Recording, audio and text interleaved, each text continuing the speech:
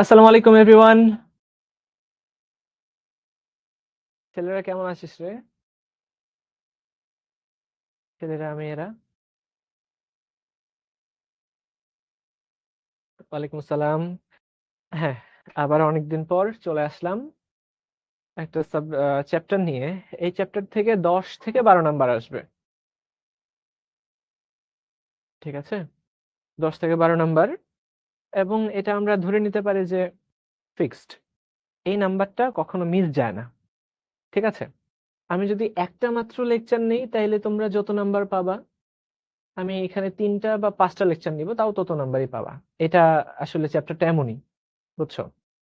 তো আগে শর্ট সিলেবাসে যে অংশটুকু ছিল, প্রিজারভেটিভ, তারপরে হচ্ছে ভিনেগারের প্রস্তুতি, এই এই এই বিষয়গুলা, তারপর হচ্ছে অ্যামোনিয়া। তো এখন ফুল সিলেবাস দিয়ে আমাদের আর লস করছে, আমাদের বলতে গেলে লসই করছে, কারণ পুরো চ্যাপ্টার পড়া লাগবে, কিন্তু ওই অংশ থেকে কখনো প্রশ্ন আসে না। ঠিক আছে, আমি যদি বলি এই চ্যাপ্টারটা one of the most fascinating chapters in all HSC syllabus. কোন সেন্সে? এই চ্যাপ্টারটা আমাদের থার্ড ইয়ারের একটা কোর্স পুরোটা কভার করে। ঠিক আছে, থার্ড ইয়ারের একটা কোর্স পুরোটাই কভার করে। কেমনে?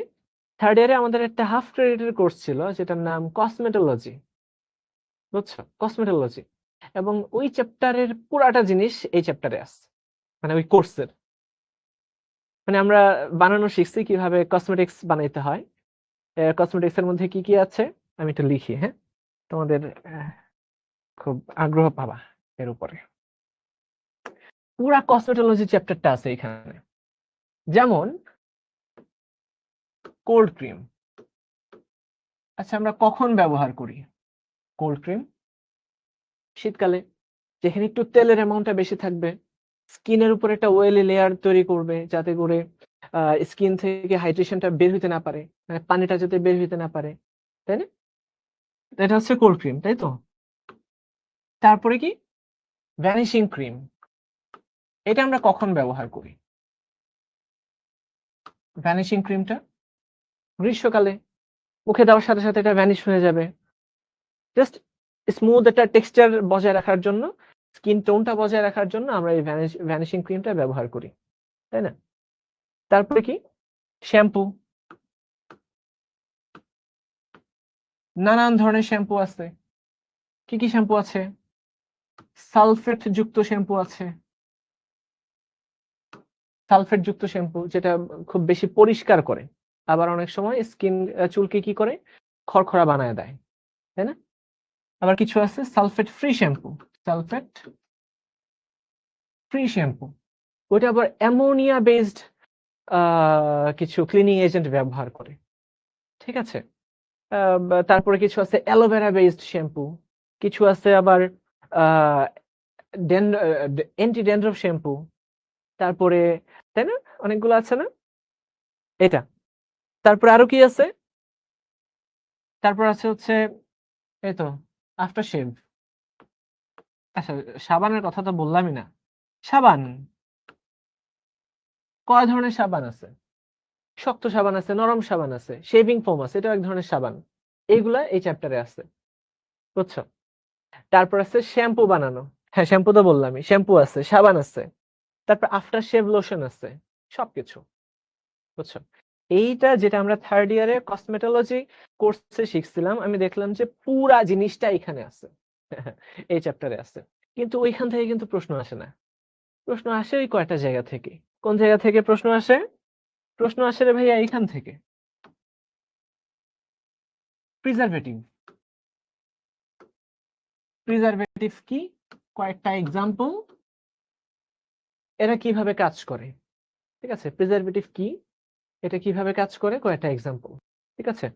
ও হ্যাঁ, লিপস্টিক, হ্যাঁ লিপস্টিকও আছে। তারপর আছে তোমার ইউভি থেকে বাঁচার জন্য sunscreen lotion. Not only that, powder আছে, পাউডার, ট্যালকম পাউডার। পুরো আমাদের ফার্মেসির কসমেটোলজি চ্যাপ্টারটা এখানে আছে। ঠিক আছে, ফার্স্ট পেপার অনেক গ্যাপ হয়ে গেছে আয়েশা সিদ্দিকে, আছে আমি কথা বলতেছি এটা নিয়ে। গ্যাপ হয়ে হয়ে গেলে কি হয়? এটা পড়বা ভাই, পড়তে হবে না, পড়বা। আচ্ছা, যেটা নিয়ে আলোচনা করতেছি, পড়াচ্ছি। তো এই চ্যাপ্টারটা শেষ করে ফেলো আমার সাথে। যেটা শেষ হইছে এটা শেষ করো, যেটা চলতেছে। যেটা গ্যাপ পড়ে গেছে এগুলা তুমি ফ্রি টাইমে বসে এটা শেষ করবা। ঠিক আছে? তাহমিদ ইসলাম বলছে যে ভাই কোন শ্যাম্পু ব্যবহার করা উচিত? অ্যাকচুয়ালি আমি বলতে গেলে শ্যাম্পুর এক্সপার্ট। চুল চলে যাচ্ছে তো শ্যাম্পু নিয়ে প্রচুর পড়াশোনা করছি। আমি নিজের আগ্রহ নিয়ে পড়ালেখা করছি। ঠিক আছে? যদিও চুল চলে যাওয়াটা এটা স্ট্রেসের কারণে বা জেনেটিক অনেক কারণে হতে পারে। বাট আমি তোমাদেরকে এই চ্যাপ্টার পড়াইতে পড়াইতে পুরা কসমেটিক্স এর একটা ধারণা দিয়ে দিব যে কি কি ব্যবহার করতে পারবা, কি কি ব্যবহার করবা না, কোন কোন ব্র্যান্ড ভালো, কোনটা ভালো না। বুঝছো? একটু সৌন্দর্য সচেতন হয়ে যাবা। এখন খানা দানা, কোন খাবারটা খাইলে দীর্ঘদিন পর্যন্ত তুমি ভালো থাকতে পারবা, সবকিছু। ঠিক আছে? আচ্ছা, তো যেটা নিয়ে বলতেছিলাম, পরীক্ষায় আসে কি, এক্সামে কি কি আসে। এই চ্যাপ্টারে ধরো সচেতনতা বেশি। এক্সামের চেয়ে, এক্সামের মার্ক পাওয়ার চেয়ে তুমি লাইফে দৈনন্দিন জীবনের জিনিসপত্রে বেশি শিখতে পারবা। ঠিক আছে? আচ্ছা, প্রিজারভেটিভ, 3 ধরনের প্রিজারভেটিভ আমরা তোমাদেরকে শেখাবো, মুখস্থ। বুঝছো? তারপরে আসে কি, তারপরে আসে তোমার ভিনেগার। ভিনেগার 100% একটা প্রশ্ন আসবে, আসবেই। এইখান থেকে পাবা 2 নাম্বার, এখান থেকে পাবা 8 নাম্বার, আর আরেকটা আছে গ্লাস ক্লিনার।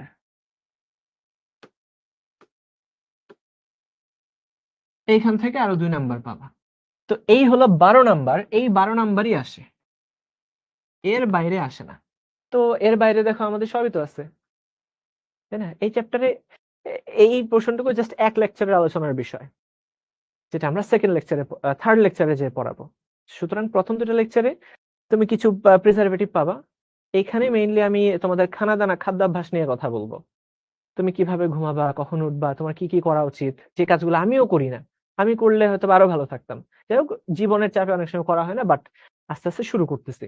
তো কিভাবে কি করা লাগবে, এই কাজগুলো তোমাদেরকে বলবো মেডিকেল সায়েন্সের আলোকে। বুঝছো? এই চ্যাপ্টারটা এই কারণে আমিই নেই, মানে আমার পুরো কোর্সে এগুলাই ছিল। বুঝছো? আচ্ছা, তাহলে কি আপনার মতো ফার্মাসিস্ট হয়ে যাব? না ভাইয়া, তাহলে 5 বছর আরো পড়া লাগবে। খালি এক চ্যাপ্টার পরে ফার্মাসিস্ট হওয়া যাবে না। আচ্ছা, এমসিকিউ তে এই তো 2 নাম্বার এগুলো এমসিকিউ তেই আসে। ঠিক আছে? প্রথম পত্রের 3য় অধ্যায়ের দুর্বলতা কাটিয়ে ওঠার একটু টেকনিক বলেন। ওয়ান শট ক্লাস কিছু যদি থাকে সেগুলা করো। ঠিক আছে? তারপরে স্পেসিফিক কিছু পোর্শন পড়ে ফেলো, যেগুলো ইম্পর্টেন্ট ওই পোর্শন গুলা পড়ো। প্রথম পত্রের 3য় অধ্যায়। ওইটা সব পড়তে হবে এরকম না, যেগুলো ইম্পর্টেন্ট সেগুলো পড়ো। মুশফিক বলল যে শাওন ভাইয়ের সাথে কি আর দেখা হবে না অক্টোবরের শেষের দিকে। ভাই নভেম্বর থেকে শুরু করবে ক্লাস নেওয়া। আচ্ছা, প্রথম দিনই পড়ালেখা না, আজ গল্প। অ্যাকচুয়ালি বেশিরভাগ গল্পই থাকবে। গল্প কি, আমাদের জীবন রিলেটেড গল্প। ঠিক আছে? আমার বয়স ধরো 26, তোমাদের বয়স কত? 17। এই যে একটু 8-9 বছরের একটু বেশি এক্সপিরিয়েন্স আছে, ওই এক্সপিরিয়েন্স গুলাই বলবো। ঠিক আছে? প্লাস ইউনিভার্সিটির পড়াশোনার কিছু গল্প। ওয়ান শট ক্লাস কই পাবা? তুমি এক কাজ করো, প্রিভিয়াস আমরা যে ক্লাসগুলো নিচ্ছি ওই ক্লাসগুলো করে ফেলো না, স্পিড বাড়ায় দিয়ে 1.75 দিয়ে করে ফেলো। ক্লাসে যা পড়াইছি ওটাই পড়ো, জাস্ট এতটুকু পড়ো। প্র্যাকটিস বুকটা সলভ করে ফেলো, ক্লাস নোট গুলো দেখো, যথেষ্ট। এর বাইরে তোমার লাগবে না পড়ালেখা করা। ঠিক আছে? এই চ্যাপ্টার ক্লাস হবে 3টা। এই চ্যাপ্টারে 3টা ক্লাস, এবং 3 নাম্বার ক্লাসে থিওরি ক্লাস 3টা, আর বাকি 2টা হবে তোমার প্র্যাকটিস। 3 নাম্বার ক্লাসটাতে মেইনলি সব পড়াশোনার আলোচনা থাকবে। তো আজকে দেখো খাদ্য নিরাপত্তা, এটা হচ্ছে just BGS, Bangladesh global studies. এটা সামাজিক বিজ্ঞানের মতো পড়ে নিবা। খাদ্য নিরাপত্তায় রসায়নের গুরুত্ব, ডিরেক্ট এটা একটা রচনা। বুঝছো? দৈনন্দিন জীবনে বিজ্ঞান রচনা পড়ছো না, এই রচনাটুকু। আমরা একটু আলোচনা করব প্রিজারভেটিভ অংশে। ঠিক আছে? আর কোটাজাতকরণ নীতি, রিডিং, এগুলো থেকে কখনো প্রশ্ন আসে না। বুঝছো? প্রশ্ন আসে এটা থেকেই। সুতরাং আমি এটাতেই আমার এনার্জিটুকু, তোমাদের এনার্জিটুকু ব্যয় করব। ঠিক আছে? তাহলে শুরু করি। মেহজাবিন রাহা, কালকে এক্সাম আছে, তাহলে আজকে করে ফেলো। 1 ঘন্টা 15 কি 20 মিনিট নিব ম্যাক্সিমাম। দেখো আমি জাস্ট দেখাই দিচ্ছি, ক্লাসে থাকো, হয়ে যাবে। এবং স্লাইডটা এমন ভাবে দেওয়া হয়েছে, এটা জাস্ট রিডিং পড়লেই হবে। রেডি? দেখো, লিখতে হবে না কিছু। খাদ্য মানে কি, যেটা আমাদের প্রয়োজন, শারীরিক বা প্রয়োজন মেটায়, তাই না? ওটাই তো খাদ্য। খাদ্যকে আমরা 2 ভাগে ভাগ করি, উৎস অনুযায়ী, একটা উদ্ভিজ্জ আর একটা প্রাণীজ। খেয়াল করে দেখো, খাদ্য নিরাপত্তা নিয়ে যখন আমরা কথা বলতেছি, খাদ্য নিরাপত্তার কয়েকটা স্তর আছে। শুরুতে তোমার উৎপাদন স্মুথ রাখতে হবে। উৎপাদন না থাকলে খাদ্য নিরাপত্তা বলতে আর কোনো কথাই আসবে না। তোমার উৎপাদন স্মুথ, এখানে রসায়ন কাজ করে। কেমিস্ট্রি ছাড়া খাদ্য উৎপাদন সম্ভব না। এই সাউন্ড কি কম আসতেছে? আমার মনে হয় না। একটু বাড়ায় দাও, আসলে এই এটা এমনই। এক সাইডে রাখা আছে তো ক্যামেরাটা, এই জন্য মুখ থেকে দূরত্ব বেশি। তো প্রথমত খাদ্য উৎপাদনে খেয়াল করো, যত ধরনের সার আছে, সব ধরনের সার মানে কেমিক্যাল সাবস্টেন্স। ধরো মাটির উর্বরতা নাই, সেখানেও কেমিস্ট্রি কাজ করবে। বায়োলজি না যতটুকু, কেমিস্ট্রি তার চেয়ে বেশি। তার মানে খাদ্য উৎপাদনে, যেটা খাদ্য নিরাপত্তার প্রথম ধাপ, খাদ্য উৎপাদন, তারপরে খাদ্যকে সংরক্ষণ করা, বিপণন করার জন্য আমাদের দীর্ঘদিন কি করে রাখতে হবে? সংরক্ষণ করে রাখতে হবে। তারপরে কি করতে হবে? আমরা যখন আমাদের মার্কেটে নিয়ে আসবো, তাই না? এখানেও সংরক্ষণের বিষয়টা আসে। নানান ধরনের খাদ্য সংরক্ষণ কৌশল আমরা আলোচনা করব। তার মানে এই কেমিস্ট্রির গুরুত্বটুকু আমরা কি করব? এই অংশে আলোচনা করব, ঠিক আছে? তাহলে দেখো, খাদ্য নিরাপত্তা হচ্ছে খাদ্যের পর্যাপ্ততা, ঠিকঠাক আমরা উৎপাদন করতে পারছি কিনা, খাদ্যের সহজলভ্যতা, উৎপাদন বেশি হলেই সহজলভ্যতা বেশি হবে, এবং খাদ্যের সঠিক ব্যবহার। রিডিং পড়বা। খাদ্য নিরাপত্তা আলোচনা করে দিয়ে যাচ্ছি, আর বাইরে লাগবে না। তো খাদ্যের পর্যাপ্ততা মানে কি? যেখানে উৎপাদন বাড়াতে হবে। উৎপাদন বাড়ার জন্য আমাদের সার ব্যবহার করতে হবে। কি কি সার ব্যবহার করতে হবে? খেয়াল করবা, মাটি যদি বেশি অম্লীয় হয়, তোমরা কি সেটা জানো? অম্লীয় মাটি দেখতে কেমন? মাটি ধরো অম্লীয় হয়ে গেছে, অম্লীয় মাটি হয়ে গেছে, তো অম্লীয় মাটি ঝুরঝুরা হয়, মানে অত্যধিক ঝুরঝুরা, বুঝছো? ঝুরঝুরে মাটি মানে অনেকটা বেলে মাটি। এই মাটিতে সবকিছু ভালো হয় না, বুঝছো? তো মাটি ইনট্যাক্ট থাকে না, বাতাসের সাথে মাটি উড়ে যায়। তো সেই ক্ষেত্রে আমাদের কি করতে হয়? তোমরা জানো, মাটি যদি অম্লীয় হয়ে যায়, বেশি ঝুরঝুরে হয়ে যায়, সেই ক্ষেত্রে আমাদের ক্ষারীয় কিছু সার ব্যবহার করতে হবে। ঠিক আছে? ডাইঅ্যামোনিয়াম ফসফেট আছে, স্পেশালি চুনা পাথর, এগুলো কিনতে পাওয়া যায়, এগুলা ব্যবহার করতে হবে। ঠিক আছে? অ্যামোনিয়া বেসড কিছু সার আছে, এগুলা ব্যবহার করতে হবে। এরপরে মাটি যদি আবার ক্ষারীয় হয়ে যায়, যেমন এঁটেল মাটিগুলা, মাটি ধরে বেশি ক্ষারীয়, বাই দ্য ওয়ে এখানে ইউরিয়া আছে, ইউরিয়া সবসময় দেয়, বাট এটা হচ্ছে একটা ক্ষারীয়। ঠিক আছে? ধরো মাটি বেশি ক্ষারীয় হয়ে গেছে, তখন মাটিটা হয়ে যাবে শক্ত, সেখানে মূলরম প্রবেশ করতে পারবে না, পানি শোষণ করতে পারবে না। তখন আমাদের কি করতে হবে? অম্লীয় সার ব্যবহার করতে হবে। অম্লীয় সার কি? তো নাইট্রেট যুক্ত সারগুলা, পটাশিয়াম নাইট্রেট একটা সার, মিউরেট অফ পটাশ, এমওপি সার, ট্রিপল সুপার ফসফেট সার, অ্যামোনিয়াম সালফেট, এগুলো হচ্ছে অম্লধর্মী সার। ঠিক আছে? তারপরে ড্যাপ, ডাই অ্যামোনিয়াম ফসফেট, এগুলো হচ্ছে কি? অম্লধর্মী সার, যেটা ব্যবহার করলে মাটির ক্ষারকত্ব ভাবটা কিছুটা কমে। বুঝা গেল? এমওপি মানে হচ্ছে muriate of potash, muriate of potash. ঠিক আছে? তার মানে খাদ্য নিরাপত্তায় রসায়নের তুমুল ভূমিকা আছে। খাদ্যের পর্যাপ্ততা, সারের ব্যবহার, সবকিছু আমরা দেখলাম। পিএইচ কমে গেলে কি কি হবে? তারপর বাজারজাত করব, সহজলভ্যতা, রান্না বান্না ঠিকঠাক করব, বুঝছো? রিডিং পড়বা। মেইন জায়গাটা হচ্ছে আমরা এই খাবারটাকে কি রাখবো? খাবারটাকে আমরা দীর্ঘদিন সংরক্ষণ করে রাখবো, এই জায়গাটা আমাদের একটু দেখতে হবে। ঠিক আছে? দেখো, এটা খাদ্য নিরাপত্তায় রসায়নের গুরুত্ব। এই এখন আমরা আলোচনা শুরু করব হচ্ছে, দেখো এগুলো রিডিং, এগুলো হচ্ছে পুরোটা রিডিং, বুঝছো? এগুলো হচ্ছে রিডিং প্রিজারভেটিভস, এই জায়গাটাই আলোচনার মূল বিষয়। তাহলে এটা ডেফিনিশন মুখস্থ করতে হবে, পরীক্ষায় আসে। দেখো, এটা লাগবে মুখস্থ। মুখস্থ করতে যে কয়েকটা পয়েন্ট তোমরা মাথায় রাখবা। যেসব খাদ্যের সাথে যেসব পদার্থ খাদ্যের সাথে পরিমিত পরিমাণে মিশিয়ে খাদ্যকে বিভিন্ন অণুজীব থেকে রক্ষা করা হয়। আরেকটা বিষয় মাথায় রাখতে হবে, খাদ্যের গুণগত মান অক্ষুণ্ণ রেখে। প্রিজারভেটিভ কি করে জানো? খাদ্যের গুণগত মান অক্ষুণ্ণ রাখে। এগুলো শোনো, শুনলেই হবে। তো খাদ্যের গুণগত মান অক্ষুণ্ণ রেখে দীর্ঘদিন ধরে খাদ্যকে সংরক্ষণ করে রাখার জন্য যে রাসায়নিক পদার্থ ব্যবহৃত হয় তাকে প্রিজারভেটিভ বলে। ঠিক আছে? এখন প্রিজারভেটিভ সোর্স অনুযায়ী দুই ধরনের, একটা হচ্ছে তোমার ন্যাচারাল আর একটা আর্টিফিশিয়াল। ঠিক আছে? ন্যাচারাল এবং কি আর্টিফিশিয়াল। এখন ন্যাচারাল গুলা কি আর আর্টিফিশিয়াল গুলা কি সেটা মনে রাখতে হবে। তো দেখো, প্রাকৃতিক খাদ্য সংরক্ষক কারা? এমসিকিউতে আসে। লবণ, চিনি, সরিষার তেল। তোমরা জানো মাছ যখন শুটকি বানানো হয় তখন লবণ মিশিয়ে দিয়ে শুটকি বানানো হয়, তাই না? কি করে? লবণটা পানিকে শোষণ করে রাখে। পানি যখন শোষণ করে রাখে, ওই মাছ বা মাংসটা শুকায় যায়। পানি না থাকলে তোমার ব্যাকটেরিয়া বা অণুজীব এরা বংশ বিস্তার করতে পারে না।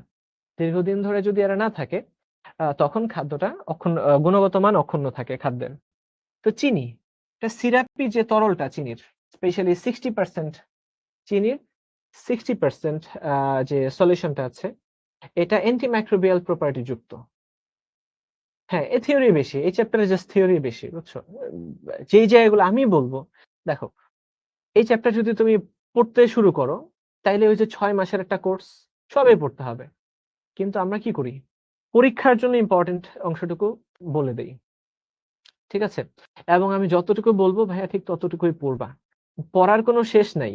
তুমি যদি পড়তে চাও সবই পড়তে পারবা, কিন্তু এটার কোনো লাভ নেই। তো আমি যে অংশটাতে বেশি গুরুত্ব দিব ওই অংশটুকু পড়বা, পরীক্ষায় 12 নাম্বার কমন পেয়ে যাবা। আচ্ছা, সরিষার তেল আচার বানানোর জন্য ব্যবহৃত হয়। হলুদ, মধু, অ্যালকোহল, ভিনেগার, এগুলো হচ্ছে প্রাকৃতিক খাদ্য সংরক্ষক। তুমি জাস্ট এটা মনে রাখবা, আর কিচ্ছু না। ঠিক আছে? এগুলা মনে রাখবা। তারপরে লবণ, চিনি পুরাতন খাদ্য সংরক্ষক হিসেবে এই যে দেখো লবণ এবং চিনি অনেক পুরাতন, একদম প্রাচীন কাল থেকেই এটা ব্যবহৃত হয়ে আসতেছে। ঠিক আছে? আচ্ছা, এতটুকুই। এখানে এর বেশি আর পড়ার দরকার নাই। আরেকটা বিষয় মনে রাখবা, কিওরিং, এই শব্দটা কিওরিং করা হয় খাদ্য লবণ ব্যবহার করে। এটা ধরো যে ভেরি ভেরি ইম্পর্টেন্ট, এমসিকিউতে এটা 100% পাবা। বুঝছো যে কিওরিং করা হয় কিসের মাধ্যমে? ভাইয়া, কিওরিং করা হয় খাদ্য লবণ বা সোডিয়াম ক্লোরাইডের মাধ্যমে। ঠিক আছে? চিনির দ্রবণ যদি প্রিজারভেটিভ হয় তাইলে মিষ্টি কেন নষ্ট হয়ে যায়? মিষ্টি কোথায় নষ্ট হয়ে যায়? মিষ্টি তো অনেক দিন ধরে থাকে, অনেক দিন ধরে থাকে। ঠিক আছে? তো এটা খুব একটা নষ্ট হয় না।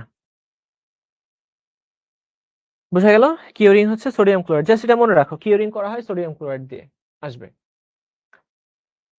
আচ্ছা, এবার আমরা শিখবো হচ্ছে কৃত্রিম preservatives. This is the point যেটা আমাদের 100% পড়ে যেতে হবে।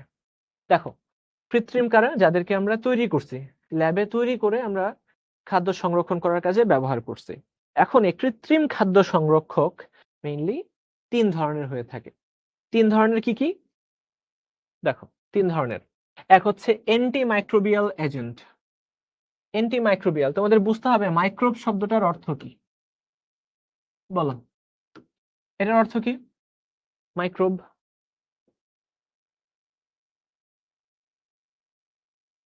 বিল্ডিং এ সিমেন্ট লাগানোর পর কিওরিং করা হয় না, ওইটাকে আমরা কিওরিং বলি না, ওটাকে আমরা কি বলি? হার্ডেনিং বলি, তাই না?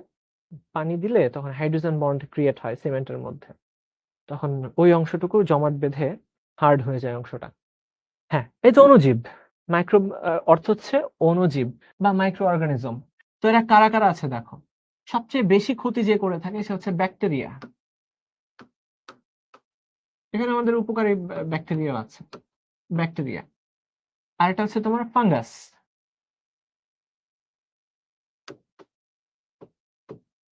আর এটা হচ্ছে mould. Mould is one kind of fungus, but এটা আরেকটা শ্রেণীর অন্তর্ভুক্ত, আর্কিয়া নামে একটা শ্রেণী আছে, বুঝছো? তো আমরা এই তিনটাকেই খাদ্যকে নষ্ট করার জন্য দায়ী মাইক্রোব বলে থাকি, মনে রাখবা। একটা কি ব্যাকটেরিয়া, আর একটা ফাঙ্গাস, আর এটা হচ্ছে মোল্ড। মোল্ডও one kind of fungus, just এতটুকু মনে রাখো যে ভাইয়া মোল্ড হচ্ছে one kind of fungus. Sound কি খুব বেশি কম? দেখি। মোল্ড হচ্ছে ওয়ান কাইন্ড অফ ফাঙ্গাস, ঠিক আছে? ফাঙ্গাস মানে ছত্রাক। আচ্ছা, ফাঙ্গাস এর বাংলা হলো ছত্রাক। কাইটিন শর্করা দিয়ে যার আবরণীটা তৈরি হয়। আচ্ছা, তো এই ৩ টা আমাদের খাদ্য নষ্ট করার জন্য দায়ী। আমরা দেখব কিভাবে নষ্ট করে। তো এদেরকে প্রতিরোধ করে যে সমস্ত কেমিক্যাল সাবস্টেন্স, এদেরকে আমরা বলি anti microbial agent. Anti microbial agent. দ্বিতীয়ত, খাদ্য নষ্ট হওয়ার আরেকটা কারণ হচ্ছে জারণ বিক্রিয়া। খাদ্য নষ্ট হওয়ার আরেকটা কারণ হচ্ছে জারণ বিক্রিয়া। এটা খুবই বাজে একটা বিক্রিয়া, যে বিক্রিয়ায় দেখা যায় যদি কোনো খাদ্যে, মনোযোগ দাও, যদি কোনো খাদ্যে তোমার চর্বি জাতীয় সাবস্টেন্স থাকে, এবং আমরা জানি এটা সুষম খাবারে চর্বি মাস্ট থাকবেই, এবং চর্বি হচ্ছে আমাদের শক্তির প্রধানতম উৎস। তো চর্বি যে সমস্ত খাবারে থাকে, এই চর্বিটা বাতাসের অক্সিজেনের সংস্পর্শে এসে জারণ বিক্রিয়া করে। চর্বিটা ইজিলি জারিত হয়ে যায়, এটা মনে রাখবা। জারিত হয়ে সেখানে পার অক্সাইড নামে একটা যৌগ তৈরি করে, জৈব পার অক্সাইড, যেটার গন্ধ খুবই বাজে, খুবই বাজে। দেখবা যে কোন একটা প্রাণী, ধরো রাস্তায় একটা পাখি মরে পড়ে আছে, বা একটা কুকুর মরে পড়ে আছে, বা একটা বিড়াল অথবা কিছু একটা, আগে আমি দেখছিলাম 2007 সালের বন্যাতে, 7 সালের বন্যা হয়েছে, 9 সালে হয়েছে। এই বন্যাতে নানা বাড়িতে গরু ভেসে ভেসে যাইতো নদী দিয়ে, একদম ফুলে আছে, বুঝছো, ফুলে আছে এরকম। তো আশেপাশে না গন্ধে টেকা যেত না। তো এই যে তোমার মাংস পচে যে গন্ধটা আসে, এই গন্ধটা আসলে কিসের গন্ধ? এই গন্ধটা হচ্ছে এই জারণ বিক্রিয়ার ফলে উৎপন্ন জৈব পারঅক্সাইডের গন্ধ, বুঝছো? এই চর্বি, এই চর্বিটাই পচে যায়। চর্বি থেকেই জারণ বিক্রিয়ার মাধ্যমে পারঅক্সাইড যৌগ তৈরি হয়, জৈব পারঅক্সাইড যৌগ। এই জৈব পারঅক্সাইডটারই খুবই বাজে গন্ধ, দুর্গন্ধ বলা যায়, ঠিক আছে? তার মানে কি করতে হবে? আমাদের এই জারণ বিক্রিয়াটাকে প্রতিরোধ করতে হবে, অক্সিডেশনটাকে প্রতিরোধ করতে হবে। অক্সিডেশন প্রতিরোধ করার জন্য আমরা ব্যবহার করব অ্যান্টি অক্সিডেন্ট। বিএইচএ, বিএসটি, টিবিএইচকিউ স্ট্রাকচারগুলো মুখস্থ করতে হবে, আমি দেখাই দিব। 3 নম্বরে আরেকটা কারণ আছে খাদ্য নষ্ট হওয়ার। খাদ্য নষ্ট হওয়ার আরেকটা কারণ আছে, আরেকটা কারণ আছে, যে কারণটা হচ্ছে তোমার চিলেশন হয়, বুঝছো? কিছু হেভি মেটাল আছে,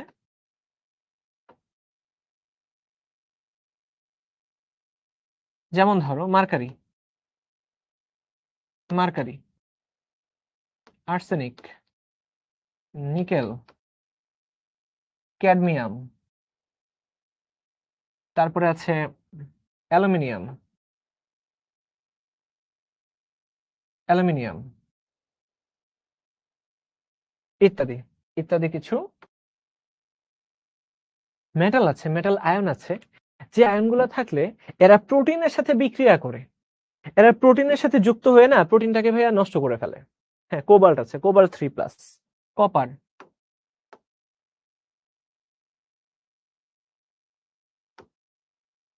এরা তোমার প্রোটিনের সাথে যুক্ত হয়ে না প্রোটিনের স্ট্রাকচারটা নষ্ট করে দেয়, ওটা আর খাওয়ার উপযুক্ত থাকে না। তো এই সমস্ত হেভি মেটালকে সিকোয়েস্টার করে ফেলতে হয়, এটাকে সিকোয়েস্ট্রেশন প্রসেস বলা হয়। এই শব্দটা আমি লিখে দিচ্ছি।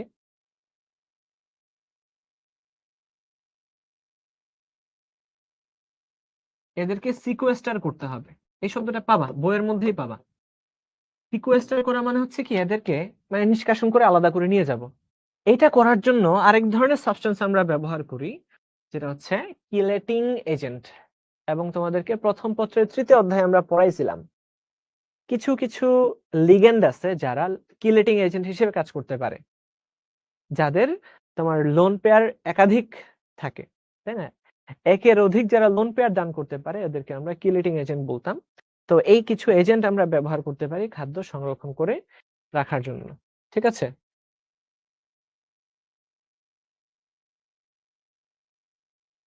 আচ্ছা, এই আমার সাউন্ড কি কম আসতেছে? একটু সবাই বলো তো, কথা কি তোমরা বুঝতে পারছো না?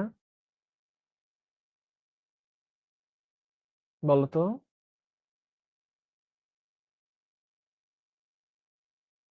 সাউন্ড কি কম? ক্লিয়ার তো? হ্যাঁ, সব ঠিক আছে। তাইলে যারা বলতেছো যে সাউন্ড ঠিক নাই, ঠিক নাই, তোমাদের আমি জানি না তোমাদের সাউন্ড কেন ঠিক নাই। সাউন্ড অল ক্লিয়ার, সবাই বলছে সাউন্ড ক্লিয়ার। আচ্ছা, তাহলে আমরা ওটা নিয়ে আর কথা না বলি। তাহলে এই যে মিনারেলস গুলো আছে এদেরকে আমরা ট্রেস মিনারেলও বলি। এই হেভি মেটাল গুলাকে এদেরকে আমরা ট্রেস মিনারেলও বলে থাকি। Trace mineral. ট্রেস শব্দের অর্থ কে বলতে পারবা? Trace mineral? ভাইয়া, ট্রেস এই শব্দটার অর্থ হচ্ছে যেটা অল্প পরিমাণে থাকে, খুবই অল্প, এগুলো খুব বেশি থাকবে না, অল্প পরিমাণে থাকবে। এই অল্প পরিমাণ মিনারেল এদেরকে আমরা বলি ট্রেস মিনারেল। ঠিক আছে, ওকে। তো এই ট্রেস মিনারেল গুলাকে দূর করার জন্য আমাদের লাগবে কি? Chelating agent. তার মানে তোমরা একটা আইডিয়া পাইছো যে ব্যাকটেরিয়া, ফাঙ্গাস এবং মোল্ডকে কিল করার জন্য আমরা যে সাবস্টেন্স ব্যবহার করি এটার নাম অ্যান্টি মাইক্রোবিয়াল এজেন্ট। খাদ্যের জারণ বিক্রিয়াকে প্রতিরোধ করার জন্য যে সাবস্টেন্স ব্যবহার করি তার নাম কি? অ্যান্টিঅক্সিডেন্ট। অক্সিডেশনকে যারা প্রতিরোধ করবে। আর কিছু ট্রেস মিনারেল থাকে, ট্রেস এলিমেন্টস থাকে, হেভি মেটালস থাকে যারা আমাদের প্রোটিনকে ড্যামেজ করে ফেলতে পারে, যেটা আমাদের দেহে যদি এই মিনারেল গুলো প্রবেশ করে আমাদের দেহে ক্যান্সার হয়, বুঝছো? তো কার্সিনোজেন বলা হয় এদেরকে। তো যাই হোক, এই ট্রেস মিনারেল গুলাকে দূর করার জন্য আমাদের কিলেটিং এজেন্ট ব্যবহার করতে হয়। বুঝা গেল? হ্যাঁ, তানজিদা রাফা ঠিক বলছো, ট্রেস মানে খুবই অল্প পরিমাণ। ঠিক আছে, তো এই 3 ধরনের পদার্থ নিয়ে আমরা কথা বলবো মেইনলি এই চ্যাপ্টারে। আজকের লেকচারে এই অংশটুকু ইম্পর্টেন্ট। ঠিক আছে, তো দেখো, অ্যান্টিমাইক্রোবিয়াল যে সমস্ত রাসায়নিক পদার্থ বা খাদ্য সংরক্ষক ব্যাকটেরিয়া, মোল্ড, ইস্ট এর জন্য প্রতিকূল পরিবেশ সৃষ্টি করে এবং তাদের বৃদ্ধি, এনজাইমের ক্রিয়া প্রতিহত করে, তাদের কোষ প্রাচীর ধ্বংস করে। মানে এগুলো হচ্ছে তোমার মেকানিজম, কিভাবে আমরা ওদেরকে কিল করব। আমরা ওদের গ্রোথটাকে থামাই দিব, এরা অনুকূল পরিবেশ পাবে না, প্রতিকূল পরিবেশ তৈরি করব। কিভাবে তৈরি করব? দেখো, এনজাইমের ক্রিয়া। আমরা জানি বিভিন্ন কেমিক্যাল সাবস্টেন্সের জন্য, কেমিক্যাল রিঅ্যাকশনের জন্য এনজাইম লাগে। এনজাইমের ক্রিয়াটা আমরা প্রতিহত করব। তাদের কোষ প্রাচীর ধ্বংস করে ফেলবো। আমরা জানি অধিকাংশ অ্যান্টিবায়োটিক, অ্যান্টিবায়োটিক তোমার এই সেল ওয়ালকে ইনহিবিট করে। তোমরা পেনিসিলিনের নাম শুনছো। পেনিসিলিন কি করে? সেল ওয়াল সিনথেসিসকে ইনহিবিট করে। সেফালোস্পোরিন, বিভিন্ন অ্যান্টিবায়োটিকের নাম তোমরা জানো, তোমার সেফোরক্সিম, তাই না? তোমরা জানো সেফ3, ডেনভার, সেফাক্ল্যাভ, যেগুলো বাজারে চলে আর কি। এগুলো কি করে? কোষ প্রাচীরকে ধ্বংস করে। এরা কিন্তু সব অ্যান্টিমাইক্রোবিয়াল এজেন্ট। ওদেরকে আমরা আবার খাবারে ব্যবহার করি না, আমরা ডিরেক্ট খেয়ে ফেলি ওষুধ হিসেবে। আচ্ছা, ওটা অন্য কাজ। তো এইভাবে ওরা কি করবে? অ্যান্টিমাইক্রোবিয়াল হিসেবে কাজ করবে, অর্থাৎ মাইক্রোবসের বৃদ্ধিটাকে প্রতিহত করবে। বুঝা গেল? এটা কি কি আছে? জায়গাটা হচ্ছে, এই জিনিসটা ইম্পর্টেন্ট, পরীক্ষার প্রশ্নে আসবে যে নিচের কোনটি অ্যান্টিমাইক্রোবিয়াল এজেন্ট, নিচের কোনটি অ্যান্টিঅক্সিডেন্ট, নিচের কোনটি কিলেটিং এজেন্ট। এইগুলা মুখস্থ রাখো, আর কিছু লাগবে না। তাহলে এটাই মুখস্থ, এক্সাম্পল গুলাই মুখস্থ। জীবনকে সহজ করে দেওয়ার জন্য যা যা করা প্রয়োজন আমি তাই তাই করতেছি।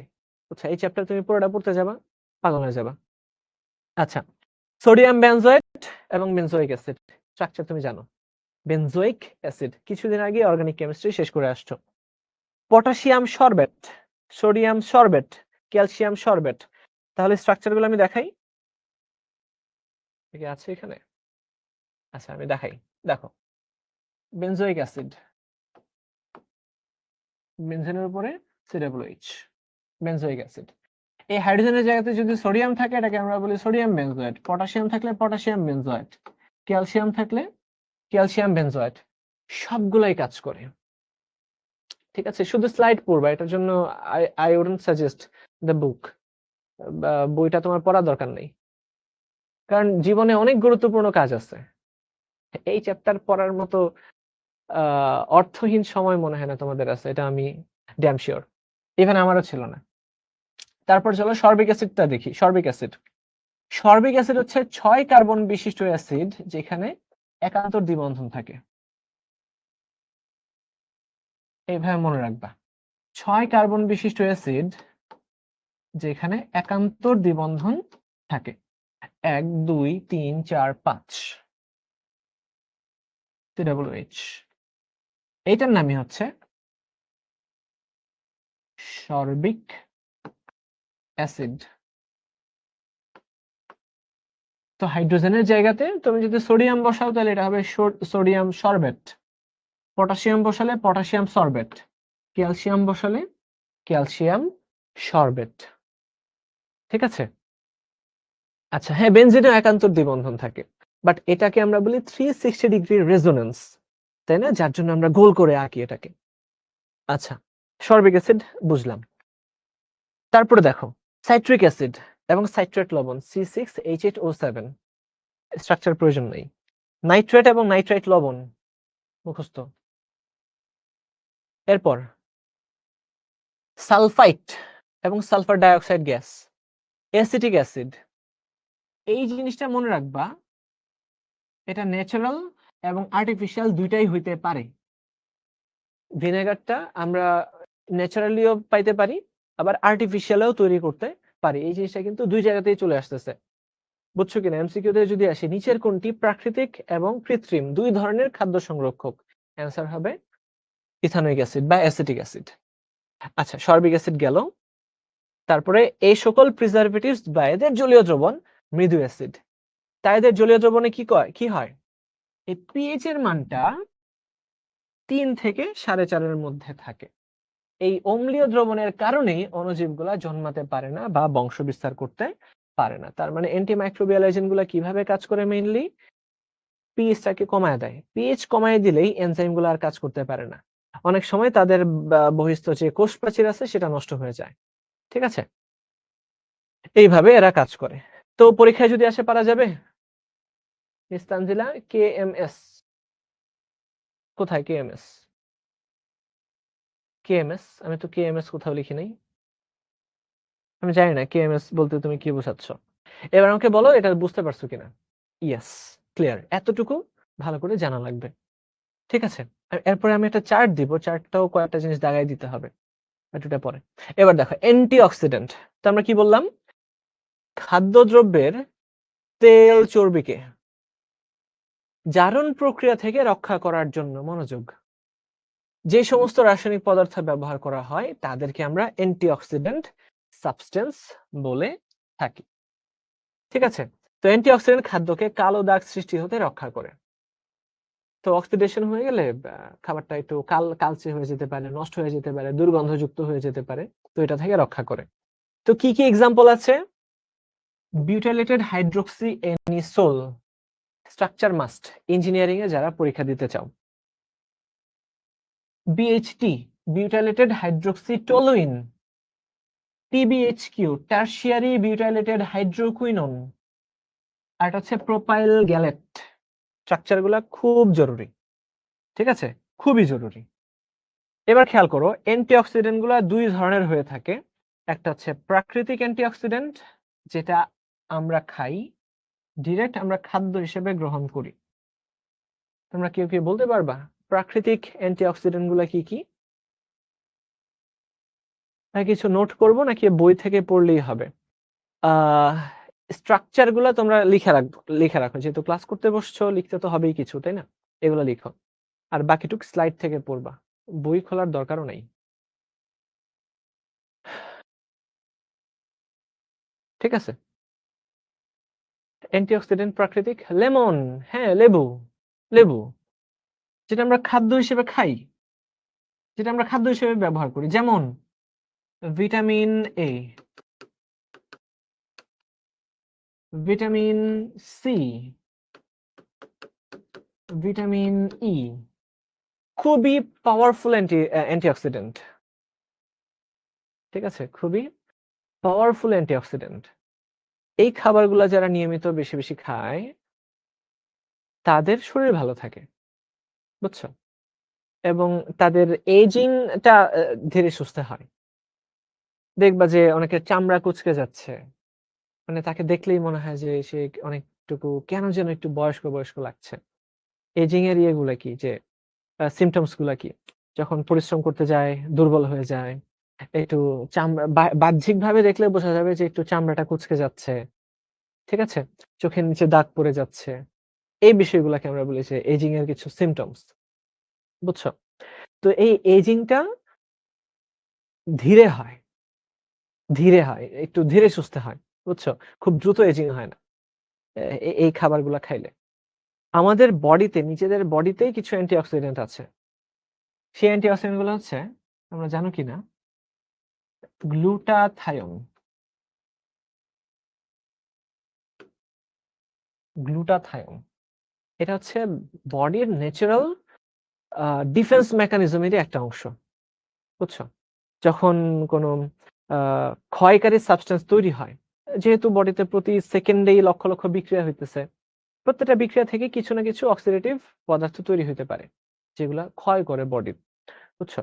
তো এই ক্ষয়কারী পদার্থগুলাকে রক্ষা করার জন্য আল্লাহ তাআলা অটোমেটিক আমাদের বডিতে গ্লুটাথায়োন নামে একটা বস্তু দিয়ে দিচ্ছে। এই পদার্থটা ওই ড্যামেজিং সাবস্টেন্স গুলাকে খেয়ে ফেলে। এতে করে আমাদের বডির কোনো ক্ষতি হয় না। তো এই গ্লুটাথায়োন কখনো কখনো কারোর ভালো অ্যামাউন্টে থাকতে পারে, আবার কারোর কখনো কমে যেতে পারে।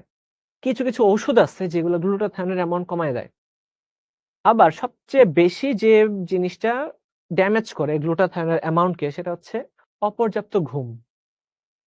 অনেকে গ্লুটাথায়োন ট্রিটমেন্ট নেয়। এটা কেমনে জানো?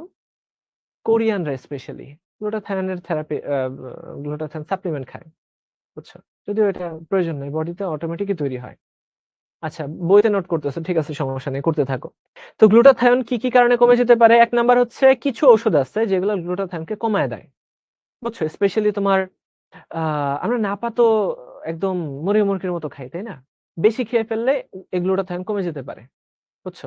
আরো কিছু NSAID ওষুধ আছে যেগুলো ব্যথা ট্যাথার ওষুধ। এগুলো না একটু বেশি খাওয়া যাবে না, যতটুকু দরকার ভাইয়া ততটুকুই, এটাই। আবার অপর্যাপ্ত ঘুম, যারা ভাইয়া কম ঘুমায় তাদের এই গ্লুটাথায়োন লেভেলটা কমে যায়। যারা তোমার ভাজা পোড়া, মানে তেলে ভাজা আছে না, ৫ দিন পুরানো তেলে ভাজা, একদম তেলে ভাজতে ভাজতে ভাজতে ভাজতে একদম মচমচা বানায় ফেলছে, ভাই এই খাবারগুলো কম খাবা।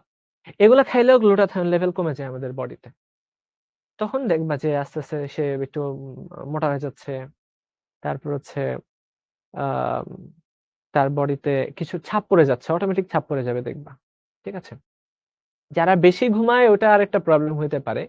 বাট ৮ ঘন্টা ঘুম যথেষ্ট। ঠিক আছে?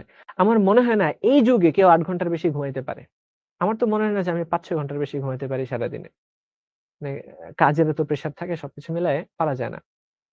আচ্ছা, তা আরেকটা বিষয়, আরেকটা কি কারণে গ্লুটাথায়োন কমে যেতে পারে? আরেকটা হচ্ছে যারা প্রচন্ড পরিমাণে স্ট্রেস নেয়, মানসিক থাকে না? সারাদিন টেনশন করতেছে। ওই যারা স্ট্রেসের মধ্যে থাকে তাদের বডিতে কর্টিসল নামে একটা হরমোন বেড়ে যায়। এই কর্টিসল হরমোনটা নানান কাজ করে, বুঝছো? আমাদেরকে অ্যালার্ট রাখতে হেল্প করে। ওই অ্যালার্ট রাখতে যেয়ে বডিটাকে একটু সচল রাখে আরকি। তোমার বেশি বেশি রিঅ্যাকশন ঘটায়। এনার্জি বেশি প্রোডিউস করে। এনার্জি বেশি প্রোডিউস করতে করতে বেশি বেশি তোমার আ জারক পদার্থ বেশি বেশি তৈরি হয়। কথা বুঝতেছো কিনা? জারক পদার্থ বেশি তৈরি হয়। এই জারক পদার্থগুলাকে নিষ্ক্রিয় করার জন্য গ্লুটাথায়োন ব্যবহৃত হয়। তো তখন গ্লুটাথায়োন কমে যায়। এই হলো ঘটনা। আচ্ছা। তো কি করতে হবে লাইফে? তো স্ট্রেস ফ্রি থাকতে হবে। স্ট্রেস ফ্রি থাকার জন্য তোমার ৮ ঘন্টা ঘুম জরুরি। সকাল সকাল উঠে বাইরে একটু হাঁটতে খেলতে যাইতে হবে। একটু দৌড়াদৌড়ি করতে হবে। তারপরে আ একটা ডেইলি রুটিন ফলো করতে হবে। যার রুটিন ঠিক নাই বডিতে, আ বায়োলজিক্যাল ক্লক যার ঠিক নাই, তার অটোমেটিক স্ট্রেস বাড়ে। বুঝছো? তুমি সকালে একটা আ নির্দিষ্ট টাইমে ঘুম থেকে উঠো। খানার রুটিনটা ঠিক করো। দুপুরে ঘুমের যতটুকু সময় আছে এতটুকু ঠিক করো। বিকালে হাঁটতে বেরোয়ার রুটিনটা ঠিক করো। রাত্রে ১২ টার মধ্যে ঘুমায়ে যাওয়ার রুটিনটা ঠিক করো। পড়ার সময়টুকু ফিক্স করে ফেলো। রুটিন লাইফ হলে বডি অটোমেটিক দেখবা যে স্ট্রেস কমায় আনতেছে। এই কাজগুলা করবা। ঠিক আছে? আচ্ছা। অটোমেটিক আ ৪ ঘন্টা ঘুমালে ঘুম ভেঙে যায়। আমার মনে হয় না। তুমি যদি ১১ টায় ঘুমাও, যদি ৪ টায় ভোর ৪ টায় ঘুম ভেঙে যায়, এটা যথেষ্ট সময়। বুঝছো? সবচেয়ে কার্যকর ঘুমের সময় হচ্ছে ১১টা থেকে শুরু হয়। ১১, ১২, ১, ২, ৩ এই ৫ ঘন্টা যারা ঘুমাইতে পারে আরামসে। এখন আমরা ১২ পর্যন্ত নিতে পারি। ১২, ১, ২, ৩, ৪। ঠিক আছে? ১২টা থেকে ৪টা পর্যন্ত। তার সারাটা দিনই ভালো যায়।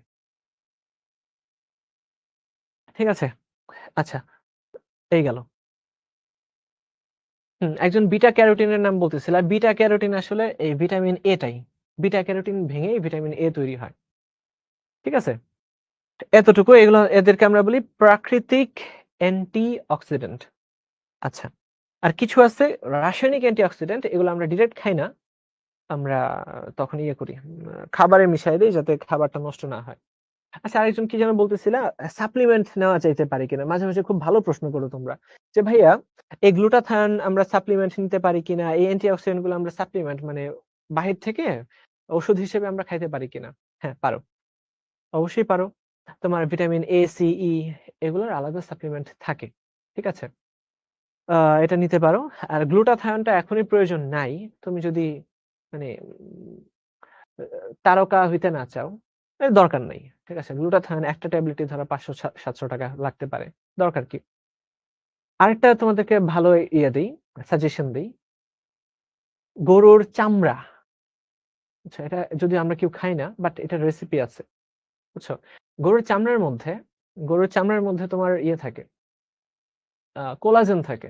বুঝছো? কোলাজেন। এটা আমি অ্যান্টিঅক্সিডেন্ট এর বাইরে যেয়ে একটা কথা বলি। কোলাজেন প্রোটিন নাম শুনছো আশা করি। কোলাজেন প্রোটিনের কাজ কি?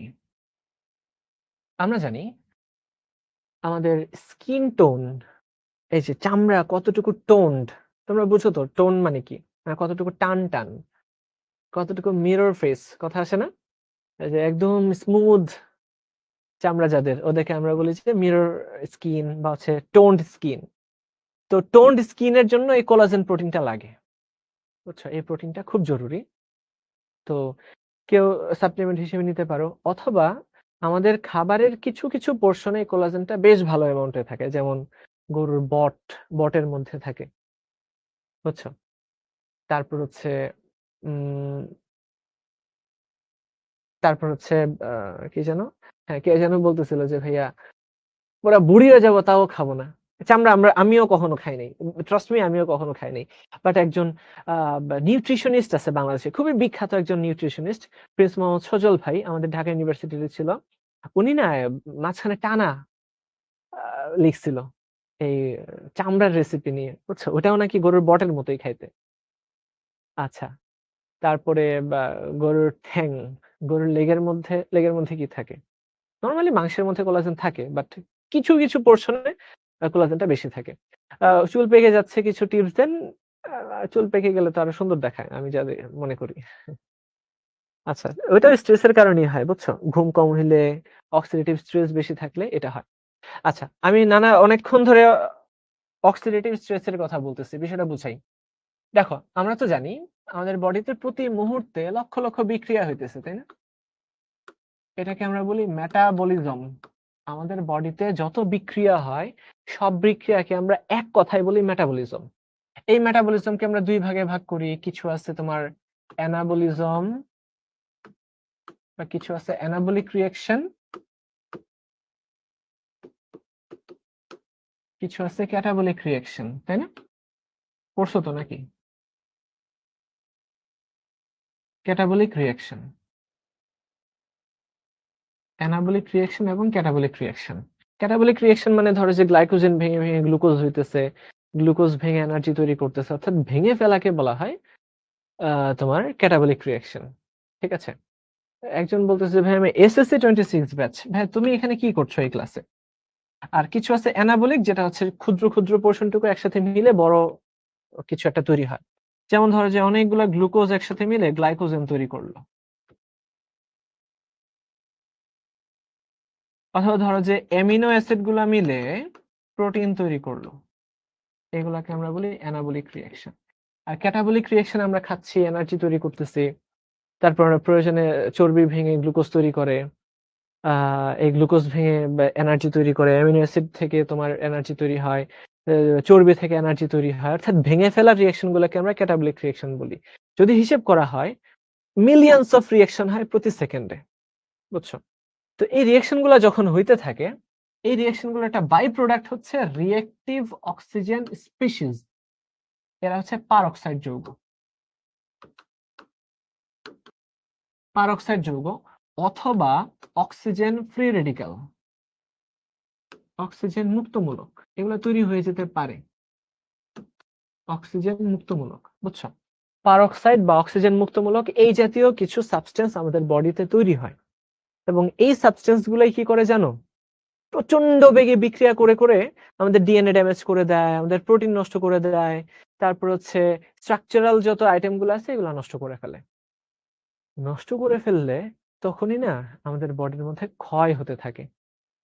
ধরো ডেইলি তোমার 100টা সেল নষ্ট হলো অ্যাপোপ্টোসিস বা নেক্রোসিসের মাধ্যমে, আবার 100টা করে ইয়ে কিন্তু তৈরি হয়ে যায়, সেল তৈরি হয়ে যায়, তখনই আমরা বলি যে আমরা ভালো আছি।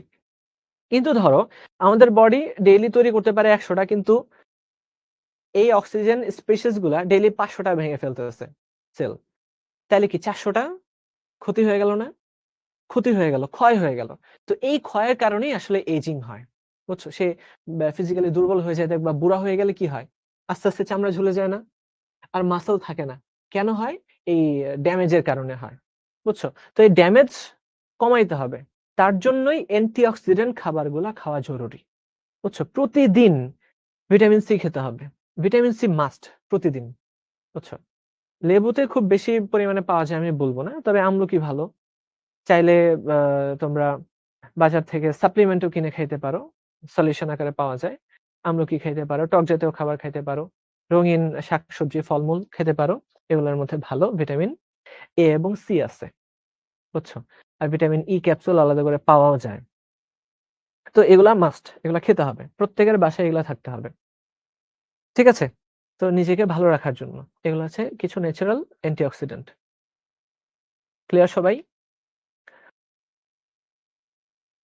হুম, এটা রিডিং পড়বা, কোথায় পাওয়া যায়, উৎসগুলো এখানে বলে দেওয়া আছে, খুবই যত্ন সহকারে স্লাইডটা বানানো। এবার আমরা যাচ্ছি কৃত্রিম বা রাসায়নিক অ্যান্টিঅক্সিডেন্টের কাছে। মেডিকেল এক্সামে কেন ক্যালকুলেটর নিতে দিবে? নিতে দেয় না। ভিটামিন সি ডিটক্স করে আমাদের বডিকে, ডিটক্স করে বলা যাবে না, আহ, ওই অক্সিডেটিভ স্ট্রেসটাকে কমায় দেয়, ঠিক আছে? কমায় দেয়। ভাইয়া হেয়ার ফল হচ্ছে কি করব? এটা একবার শুরু হয়ে গেলে থামানো কঠিন, তবে কিছু কাজ করতে পারো যার কারণে হেয়ার ফল কমে যাবে এই বয়সে, তোমাদের ওই বয়সে আর কি। পর একটা সার্টেন এজ পরে হেয়ার ফল শুরু হয়ে যায়।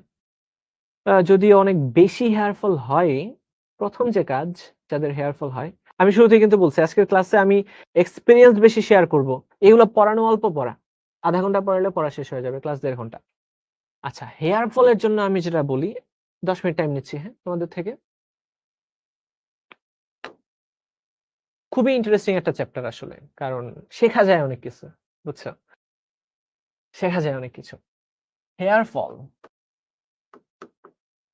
এই হেয়ার ফলের প্রথম কারণটাই হচ্ছে তোমার ময়লা জমা, যেটা ঢাকা শহরে স্পেশালি আমরা যারা থাকি, ঘোরাঘুরি করি, প্লাস ঘেমে যাই, এই ঘামের ফলে এই চর্বি নিঃসৃত হয় লোমকূপ দিয়ে, এই চর্বিগুলা ময়লাকে আরো বেশি অ্যাট্রাক্ট করে, বুঝছো?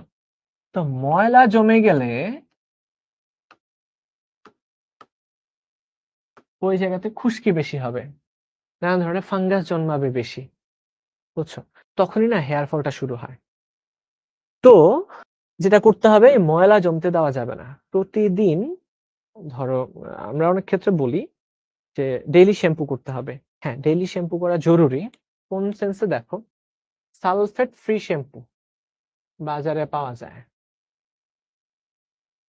এই সালফেট ফ্রি শ্যাম্পু ইউজ করতে হবে, বুঝছো? এখন আমাকে তোমরা অবশ্যই জিজ্ঞেস করবা যে ভাইয়া সালফেট ফ্রি শ্যাম্পু কোত্থেকে পাবো? অনেক দামি দামি শ্যাম্পু আছে, ওগুলোর মধ্যেও সালফেট আছে। বাংলাদেশে মাত্র একটাও শ্যাম্পু আছে যেখানে সালফেট থাকে না, এবং ওইটা তোমার হেয়ারকে এত বেশি ড্যামেজ করবে না, ঠিক আছে? তাহলে কি করবা? ময়লা জমে গেলে তো হেয়ার ফল শুরু হবে, তার জন্য প্রতিকার হচ্ছে তোমাকে সালফেট ফ্রি শ্যাম্পু ইউজ করতে হবে ডেইলি, বুঝছো? ডেইলি। এবং কোন সেন্সে দেখো, আমাদের মতো আমরা যারা বাইরে কাজকর্ম করি, সারাদিন শেষে মাথায় অনেক ময়লা জমে, তখন বাসায় যেয়ে গোসল করতেই হয়, ঠিক আছে? বাসায় যেয়ে গোসল করতেই হবে, এবং বেশি সময় রাখা যাবে না, জাস্ট দিয়ে হালকা আলতো ম্যাসাজ করে শেষ করে ফেলবা। মানে অনেকে আবার দেখা যায় যে শ্যাম্পু দিয়ে 10 মিনিট পর্যন্ত রাখে। ভাইয়া এক্কেবারে চুলের 12টা বেজে যাবে। ঠিক আছে? এগুলো রাখা যাবে না। আচ্ছা, নিয়মিত করবা, আলতোভাবে একটু মাসাজ করে রাখবা। ঠিক আছে? তো বাজারে যে সালফেট ফ্রি শ্যাম্পুটা আছে, নট লরেল, নট আরো কি যেন আছে, এগুলো কিছুই না। সবগুলোর মধ্যে সালফেট আছে। ড্যানসেল নামে একটা শ্যাম্পু আছে, ড্যানসেল এলো। একমাত্র এটাই বাংলাদেশে সাধ্যের মধ্যে শ্যাম্পু আছে, যেটার মধ্যে অ্যান্টিঅক্সিডেন্টও আছে। এর মধ্যে তোমার সালফেট ছাড়া ক্লিনিং এজেন্ট আছে। এর মধ্যে তোমার টোনার আছে। এর মধ্যে তোমার কন্ডিশনার আছে। সবকিছু দিয়ে দাম মনে হয় 500 কি 600, বাট এটাই সব থেকে সাধ্যের মধ্যে ভালো। ঠিক আছে? অ্যাভেলেবল ড্যানসেল এলো এই শ্যাম্পুটা। এটা ভালো, অ্যাকচুয়ালি ভালো, এবং এটা রিসেন্টলি আসছে, বুঝছো? এটা খুব বেশি দিন আগে আসে নাই। আচ্ছা, ট্রেজেমের মধ্যে সালফেট থাকে। ট্রেজেমে ভালো, দামি শ্যাম্পু। ট্রেজেমে লরেল এগুলো ভালো, বাট অনেক দামি আর কি।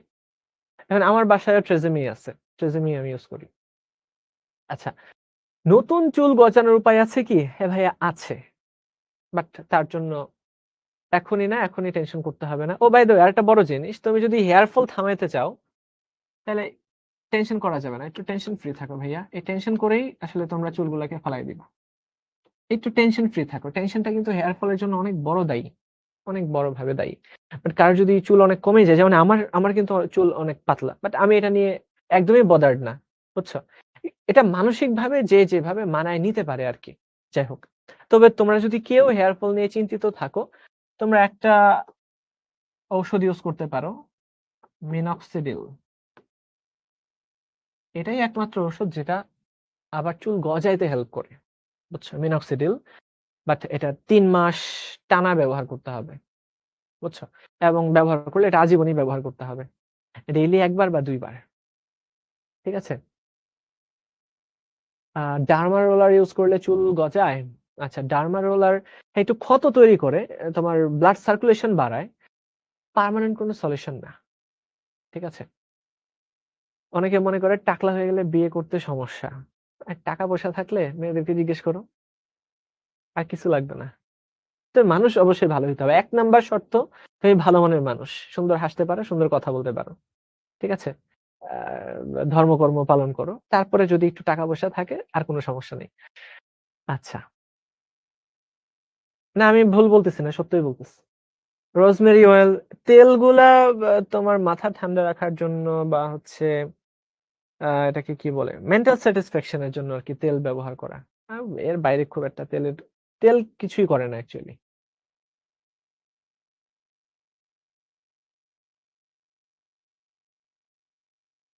ছোটবেলায় সাবান, আল্লাহ! চিন্তা করলে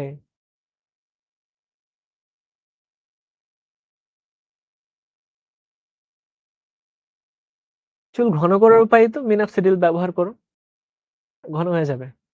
তবে লং টাইম লং টাইম ব্যবহার করতে হবে। যাই হোক, এগুলা লাইফের বড় কোনো ইস্যু না। বড় ইস্যু হচ্ছে তুমি নিজে ভালো থাকো। ঠিক আছে? ডেন্সেল এলো শ্যাম্পুটা বেশ ভালো তোমার চুলকে ক্লিন রাখার জন্য, এবং ক্ষয় যাতে না হয়, বুঝছো? তো সালফেট যুক্ত শ্যাম্পু ব্যবহার করলে চুলটা একটু খসখসা হয়ে যাবে। তো খসখসা হয়ে গেলে দেখতে ভালো লাগবে না।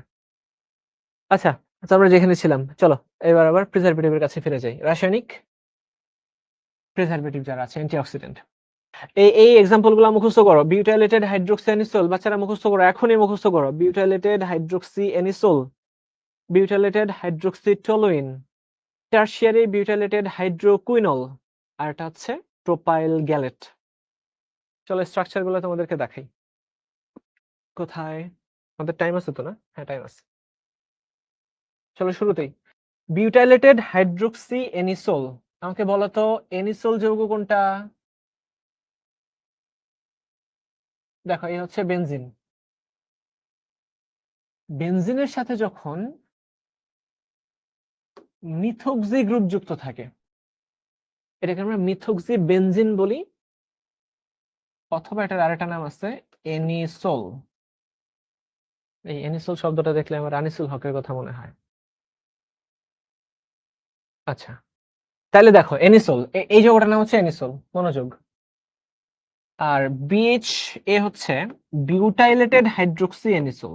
তার মানে আমাদের কি লাগবে, একটা হাইড্রোক্সি গ্রুপ লাগবে। তাহলে অ্যাড করে দাও হাইড্রোক্সি, হাইড্রোক্সি, হাইড্রোক্সি, হাইড্রোক্সি এনিসোল। বুঝা গেল? তারপর আরেকটা টার্ম আছে যার নাম হচ্ছে বিউটাইলেটেড, বিউটাইলেটেড। আমাদের অনেক রাতে ক্লাস, আসলে শরীরে টায়ার্ডনেস চলে আসে, ক্লান্তি চলে আসে এত রাতে। আচ্ছা, বিউটাইলেটেড, খেয়াল করে দেখো, এটা আসলে কি টারশিয়ারি বিউটাইল, তোমরা জানো মনে হয়। টারশিয়ারি বিউটাইল মানে কি? ও, অর্গানিক তো শেষ করে ফেলছো পড়ে পুরা ধরা। I am very happy for you. এই যে একটা কার্বনের সাথে 3টা মিথাইল গ্রুপ যুক্ত থাকে, এটাকে আমরা টারশিয়ারি বিউটাইল গ্রুপ বলি। তো এই বিউটাইল গ্রুপ যুক্ত হাইড্রোক্সি এনিসোল, এটাকেই বলা হয় বিউটাইলেটেড হাইড্রোক্সি এনিসোল। 2017, 18, 21, 22-এ বুয়েটে আসা প্রশ্ন হচ্ছে এগুলা, যে স্ট্রাকচার লিখো। ঠিক আছে, স্ট্রাকচার আসে, স্ট্রাকচার আসে। মাহিম বলল যে আমার দাদা শরীরে ব্লাড ট্রান্সফিউশন করার পর চুল গজাচ্ছে। এরকম তো কোন স্টাডি হয় কিনা আমি জানি না, বাট আমি স্টাডি করে দেখতে পারি ব্লাড ট্রান্সফিউজ করলে হেয়ার গ্রোথ বাড়ে কিনা। আচ্ছা, গেল বিএইচএ, গেল বিএইচএ। এবার চলো আমরা দেখি বিউটাইলেটেড হাইড্রোক্সি টলুইন। এবার তোমরা নিজেরাই বানাইতে পারবা। বিউটাইলেটেড হাইড্রোক্সি, বানায় ফেলো দেখি। Hydroxy toluene, TOLUENE। তাহলে এনিসোলের জায়গাতে জাস্ট টলুইন হবে। তো আমরা জানি টলুইন মানে কি, CH3। এখানে বসায় দাও হাইড্রোক্সি। আর এটাতে একটু ঝামেলা আছে। ঝামেলাটা হচ্ছে এরকম, এখানে 2 দিকে বিউটাইল গ্রুপ থাকবে, একটা না 2 দিকে। তো এমনি মনে রাখতে পারো, এতে একটা, এতে একটা, তাই একটাই বিউটাইল গ্রুপ থাকবে। ঠিক আছে, মনে রাখার টেকনিক আর কি। আর টিতে অনেকগুলা, মানে টি মানে বেশি। ঠিক আছে, তো এখানে একটু বেশি থাকবে।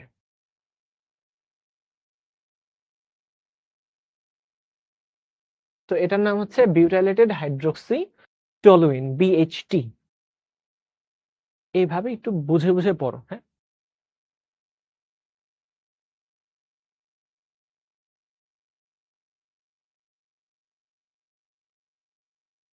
অ্যালার্জির ওষুধ খেলে চুল পড়ে যায় না? অ্যালার্জির ওষুধের সাইড এফেক্ট এটা নাই। চুল পড়ে যাওয়া অ্যালার্জির ওষুধের সাইড এফেক্ট না, ওটা পড়লে অন্য কারণে পড়তে পারে। চুল পড়ে যাওয়া শুধুমাত্র ক্যান্সার ওষুধগুলোর, কেমোথেরাপিতেই চুল পড়ে যায়, আর অন্য কোনো ঔষধে চুল পড়ে যায় না। আচ্ছা, বোঝা গেল? মেম আর্থ শ্যাম্পু, এটা আমি আসলে, এটা আমি জানি না, নামই আজকে প্রথম শুনছি।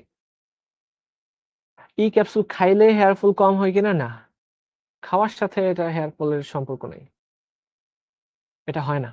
তবে তোমার যদি ওভারঅল হেলথ ভালো থাকে, তাহলে চুলও ভালো থাকবে, এই সেন্সে বলা যেতে পারে। বাট ডিরেক্ট চুলে যে ইফেক্ট তৈরি করবে ভিটামিন ই, ওরকম কোনো সম্পর্ক নাই। নেড়া হলে কি বেশি চুল গজায়? বলেন নো, নেড়া হলে বেশি চুল গজায়, এটা একদমই মিথ্যা কথা।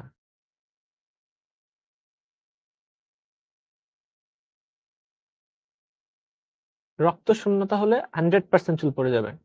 রক্ত শূন্যতা হলে কি হবে? অক্সিজেন পৌঁছাবে না সারা শরীরে। তো মাথায় পৌঁছানোটা আরো টাফ, ওই পর্যন্ত রক্ত পৌঁছানো। তো রক্ত শূন্যতা থাকলে তো আরো সমস্যা, তাই না? আচ্ছা, তো আমরা বিএইচএ বিএসটি বুঝে ফেললাম। তারপরে টারশিয়ারি বিউটাইল হাইড্রোকুইনোন। দেখো, তোমরা কুইনলের স্ট্রাকচার আশা করি জানো। দেখো বাচ্চারা, এটা হচ্ছে ফেনল, আর 2 দিকে 2টা OH থাকলে এটাকে আমরা বলি কুইনল। কুইনল, ঠিক আছে। কুইনল আর কুইনোন, এই 2টা, আরেকটা শব্দ আছে কুইনোন।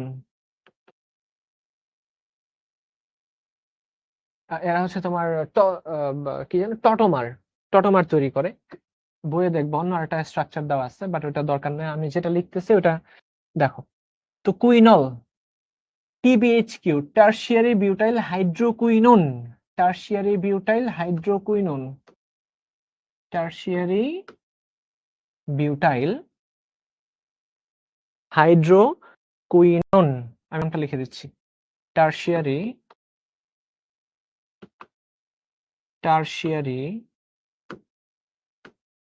Butyl hydroquinone.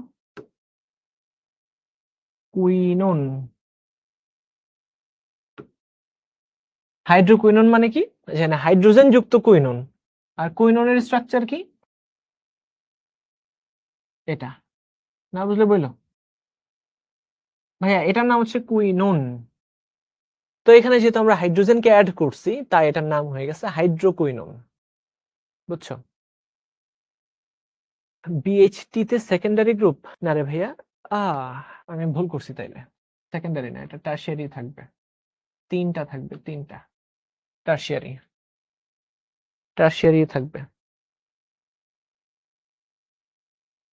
হুম,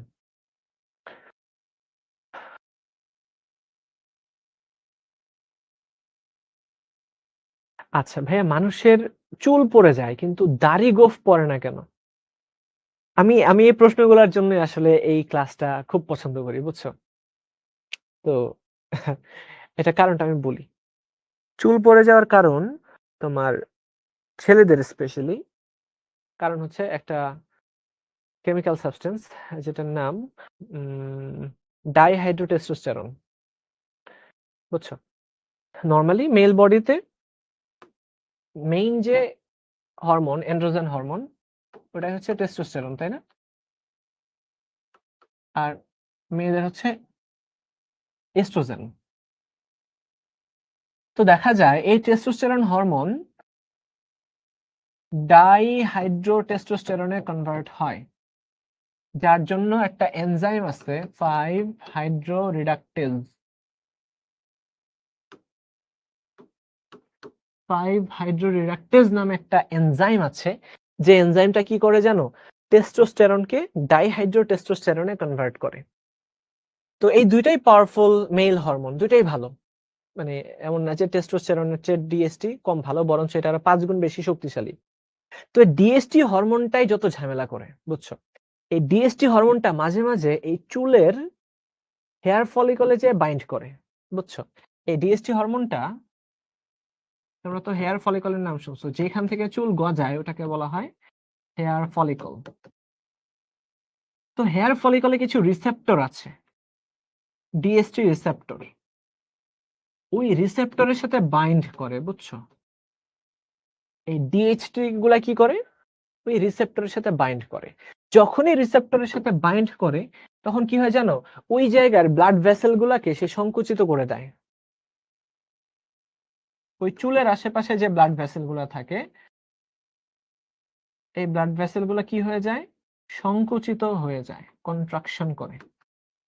ব্লাড ভেসেল যদি সংকুচিত হয়ে যায়, তো ওই ফলিকলের আশেপাশে আর কোনো রক্ত পৌঁছাইতে পারে না। যদি ভাইয়া রক্ত না পৌঁছায়, তখন ওই চুল আস্তে আস্তে দুর্বল হতে হতে, ছোট হতে হতে একদম শেষ হয়ে যাবে।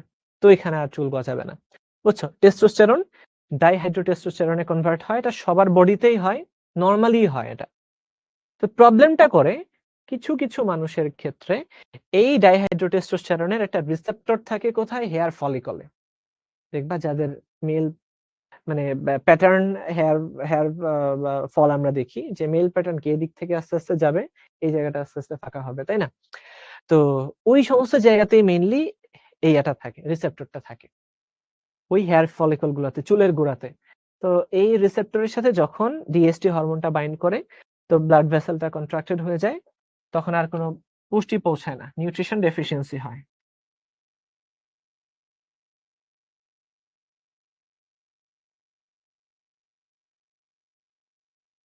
নিউট্রিশন ডেফিসিয়েন্সি হলে ওই জায়গায় আস্তে আস্তে চুল পড়তে থাকে,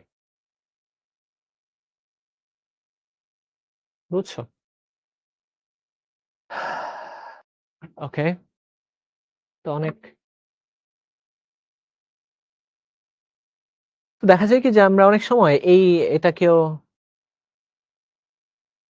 এই এনজাইমটাকে আমরা আবার নষ্ট করে দিতে পারি। কিছু ওষুধ আছে বাট ওই ওষুধটা অনেক সাইড ইফেক্ট দেখায়। বুঝছো? এইজন্য এই ওষুধটা আবার অনেকেই অনেক ডক্টর প্রেসক্রাইব করে না। ফিনাস্টেরাইড নামে একটা ওষুধ আছে। ভালো না, বাজে। আচ্ছা আমরা স্ট্রাকচার দেখলাম। হাইড্রোকুইনোন। এটা হচ্ছে কুইনোন আর হাইড্রোজেন যুক্ত কুইনোন। এটাকে আমরা কুইনলও বলি অনেক সময়, বুঝছো? কুইনল। বাট আমরা কুইনল না বলে হাইড্রোকুইনোনটা বলতেছি কারণ কি? কারণ হচ্ছে এটা টিবিএইচকিউ অলরেডি এটা বলে সবাই পরিচিত। এই জন্য আমরা এইভাবে নামকরণটা করছি। ঠিক আছে? টারশিয়ারি বিউটাইল হাইড্রোকুইনোন গেল। লাস্ট আরেকটা হচ্ছে প্রোপাইল গ্যালেট। ভাইয়ারা গ্যালিক অ্যাসিড, গ্যালিক অ্যাসিড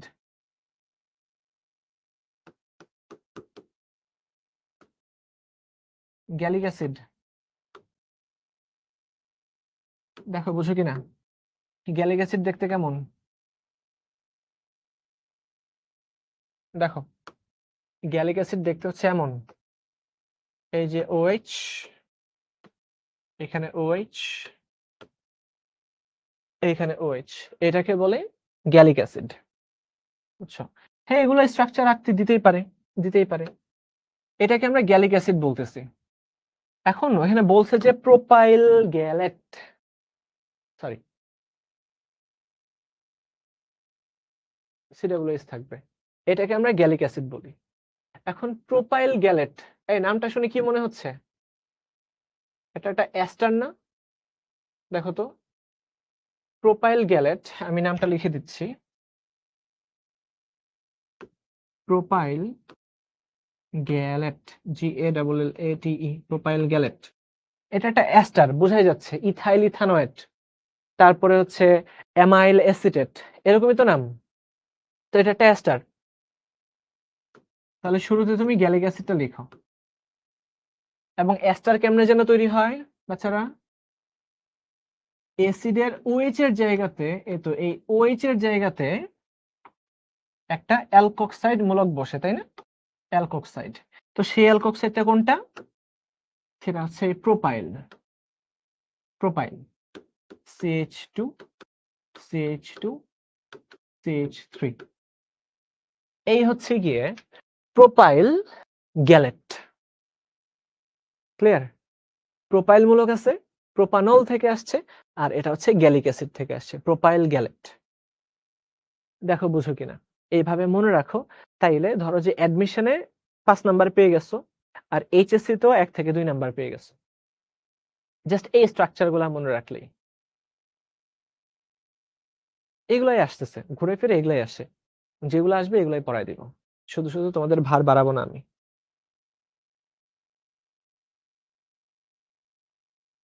ওকে, ক্লিয়ার?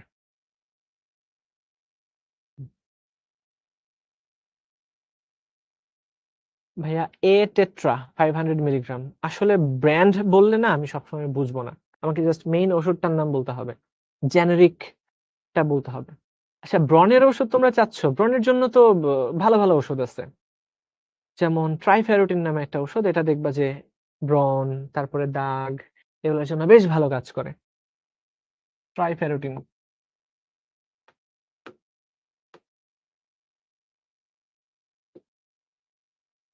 সার্চ করে দেখতে পারো। একনি, একনিয়ার জন্য আমরা বলবো যে এটা ফার্স্ট লাইন থেরাপি। এটাই প্রথম যেটা মানুষের মাথায়, ডক্টরদের মাথায় আসে, এটাই হচ্ছে ট্রাইফেরোটিন। এটা হচ্ছে ব্রণ একনির জন্য কাজ করে। ঠিক আছে? ওকে, এগুলা ক্লিয়ার, স্ট্রাকচার ক্লিয়ার। তো সর্বশেষ আজকে এটা পরে আমরা শেষ করব। এটা হচ্ছে কিলেটিং এজেন্ট। দেখো ভাইয়া, কিলেটিং এজেন্ট। তো কিলেট শব্দের অর্থ কি? এটা আমরা প্রত্যেকে জানি। কিলেট শব্দের অর্থ হচ্ছে কাকড়া, কাকড়ার ক্ল, তাই না? কিলেট, কিলেট শব্দের অর্থ হচ্ছে ক্র্যাবস, ক্র্যাবস ক্ল, ক্র্যাবস ক্ল, বা কাকড়ার যে এই আংটাটা আছে না, এই যে কাকড়া তোমরা দেখছো তো এইভাবে যে কামড় মারে। তো কাকড়ার এই আংটাটাকে আমরা বলি ক্র্যাবস ক্ল, এটাকে ল্যাটিন ভাষায় বলা হয় কিলেট। ঠিক আছে, তো এই কিলেটটা কোন কেমিক্যাল সাবস্টেন্স গুলো এরা গঠন করতে পারে? যাদের একাধিক লোন পেয়ার দান করার সামর্থ্য আছে।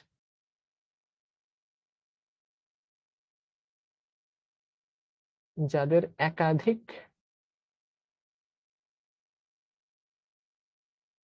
লোন পেয়ার দান করার সামর্থ্য আছে, এদেরকে বলা হয় কিলেট, কিলেটিং এজেন্ট। যেমন ইডিটিএ নাম শুনছো? ইথিলিন ডাইঅ্যামিন টেট্রাএসিটেট, কে কে শুনছো এটার নাম? Ethylene diamine টেট্রাএসিটেট। স্ট্রাকচার দেখো ভাইয়া, ethylene, ethylene CH2 CH2, 2 carbon গেল। তারপর হচ্ছে ডাইঅ্যামিন, দুইটা অ্যামিন, দুইটা NH2, দুইটা অ্যামিন থাকবে তাই না? Ethylene diamine. তারপরে কি? টেট্রা এসিটেট, 4টা এসিটেট থাকবে, তাহলে CH2 COO minus, CH2 COO minus, CH2 COO minus, CH2 COO minus. তো এখানে খেয়াল করে দেখবা দুইটা নাইট্রোজেনের উপরে দুইটা লোন পেয়ার আছে, এই দুইটা তারা দান করতে পারবে। আর এখানকার অক্সিজেনের উপরেও লোন পেয়ার আছে। তাহলে 4টা অক্সিজেন থেকে 4টা লোন পেয়ার, দুইটা নাইট্রোজেন থেকে 2টা lone pair, total 6 lone pair electrons.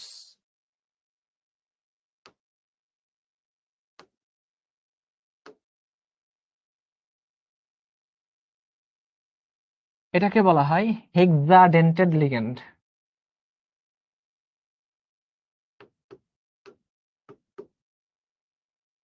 কার কার মনে আছে লিগ্যান্ড?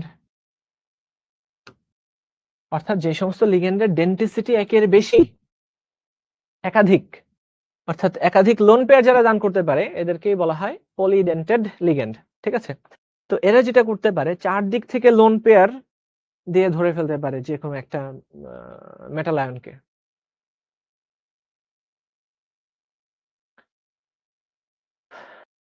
ঠিক আছে, টেট্রাসাইক্লিন, এটা তো অ্যান্টিবায়োটিক, এটা ব্রণের জন্য কেন খাবা? No no no, tetracycline antibiotic, কখনোই ব্রণের জন্য খাওয়া যাবে না। যদি ইনফেকশন ছড়ায় যায় তখন খাইতে পারো, নট টেট্রাসাইক্লিন ব্রণের জন্য না। কলম দিয়ে আঁকতে পারো শুভ, তুমি কলম দিয়ে আঁকতে পারো, সমস্যা নেই, পেন্সিল বা কলম যেটা দিয়ে ওটাই আঁকতে পারো। ভাইয়া ওয়েল স্কিনের জন্য কোন কোন ফেস ওয়াশ ব্যবহার করতে পারি? ওয়েলি যদি ছেলে হয়ে থাকো, এটা কে? তুমি ছেলেই তো নাকি? ওয়েল স্কিন কার? তো ছেলেদের সব ফেস ওয়াশই তোমার ওয়েল স্কিনের জন্যই বানানো। ঠিক আছে,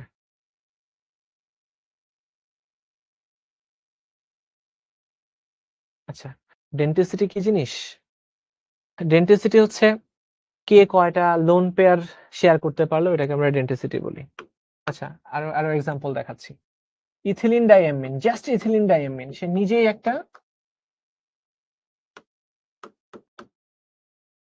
দেখো তার 2টা লোন পেয়ার আছে শেয়ার করার মতো, তোমাদের মনে আছে? এই তো 2টা লোন পেয়ার। খেয়াল করে দেখো তো, এই যে আয়রন 2+ বা আয়রন 3+, এখানে একাধিক ফাঁকা অরবিটাল আছে না, ডি অরবিটাল, এটার ধরো যে 6টা ফাঁকা আছে। তো কি করতে পারে জানো? এই লোন পেয়ার গুলা ফাঁকা অরবিটালে শেয়ার করতে পারে। যখনই শেয়ার করে তখনই এই যে দেখো, কাঁকড়ার ক্লোয়ার মতো একটা অংশ হয়ে গেছে, কাঁকড়ার ক্লোয়ার মতো একটা অংশ হয়ে গেছে, বুঝছো? যারা শুনতে পাচ্ছ না, এই যে দেখো, কাঁকড়ার ক্লোয়ার মতো একটা অংশ হয়ে গেছে। তো এই ধরনের স্ট্রাকচারকে আমরা কিলেট বলে থাকি, কিলেট। কিলেট,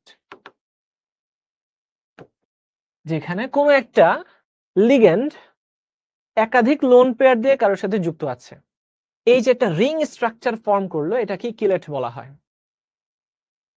ক্লিয়ার? এটা কি বলা হয়? কিলেট।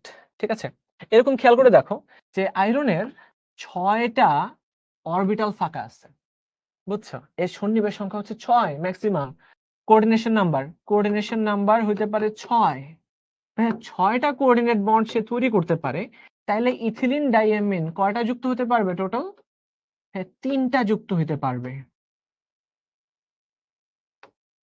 তো 3টা ইথিলিন ডাইঅ্যামিন যুক্ত হয়ে দেখা যায় চারপাশ থেকে আয়রনকে ঘিরে ধরে ফেলছে। চারপাশ থেকে যখন আয়রনকে ঘিরে ফেলে, তখন এই আয়রনটা আর কোনো প্রোটিনের সাথে যুক্ত হতে পারে না, আর কাউকে যে নষ্ট করতে পারে না। তো এই ট্রেস মিনারেল গুলাকে এইভাবেই আমাদের কিলেটিং এজেন্ট গুলা ধরে ফেলে, খেয়ে ফেলে, বুঝছো? তখন এই ট্রেস মিনারেল গুলো আর কারোর সাথে যুক্ত হতে পারে না। এই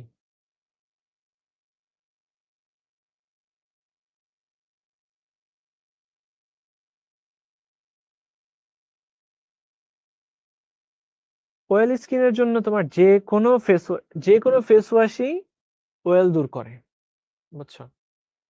তুমি যদি মনে করো যে আমি ফেস ওয়াশ দিয়ে পুরা ওয়েলটাকে দূর করে ফেলবো, তাইলে কিন্তু ভুল। দেখো, এই তেলটা কেন তৈরি হয়? তেলটা তৈরি হয় আমাদের স্কিনটাকে ভালো রাখার জন্য। তেলটা হচ্ছে একটা প্রোটেক্টিভ লেয়ার। যাদের স্কিন ভালো তাদের কিন্তু এই তেলটা থাকে।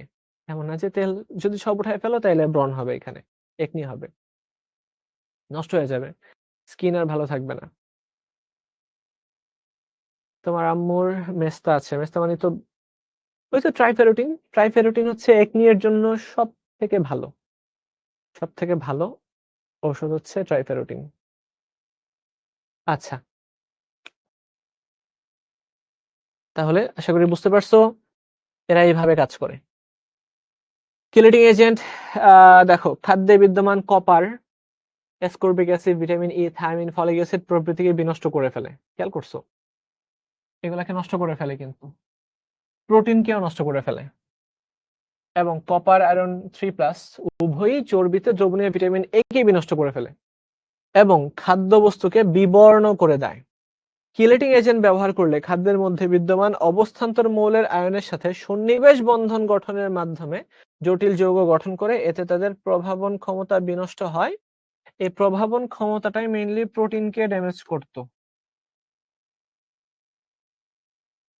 প্রোটিন ড্যামেজ করে, প্রভাবন ক্ষমতাকে নষ্ট করে বিনষ্ট হয়, ফলে এই প্রোটিন ড্যামেজ হওয়া বা ভিটামিন গুলা নষ্ট হয়ে যাওয়া আর হয় না। আচ্ছা, কি আচ্ছা, এখানে কিছু ছবি দেওয়া আছে, এটা দরকার নেই, বই থেকে প্রয়োজনে দেখে নিও। এই ছবিগুলো বই থেকে দেখে নিও, হ্যাঁ, বই আস দেখে নিও। এই তো, এই বিক্রিয়া কখনো আসছে বলে আমার জানা নেই। এবার লাস্ট কিছু জিনিস মুখস্থ করবা, সেটা হচ্ছে সর্বোচ্চ মাত্রা। দেখো, অ্যান্টিমাইক্রোবিয়াল এজেন্ট, এই প্রিজারভেটিভ গুলা একটা নির্দিষ্ট মাত্রায় ব্যবহার করতে হবে। এর বেশি খাইলে কিন্তু খাদ্যে ব্যবহার করলে কার্সিনোজেনিক ইফেক্ট দেখাইতে পারে, অর্থাৎ ক্যান্সার হইতে পারে। ঠিক আছে, তো তার জন্য সর্বোচ্চ অনুমোদিত মাত্রাগুলো মনে রাখবা, যেটা অবভিয়াসলি মনে রাখতে হবে, আমি স্টার চিহ্ন দিয়ে দিচ্ছি, বেনজোইক অ্যাসিড 0.1%, এবং কোন কোন খাবারে ব্যবহার করা হয় এটা মনে রাখবা। তারপরে হচ্ছে প্যারাবেন।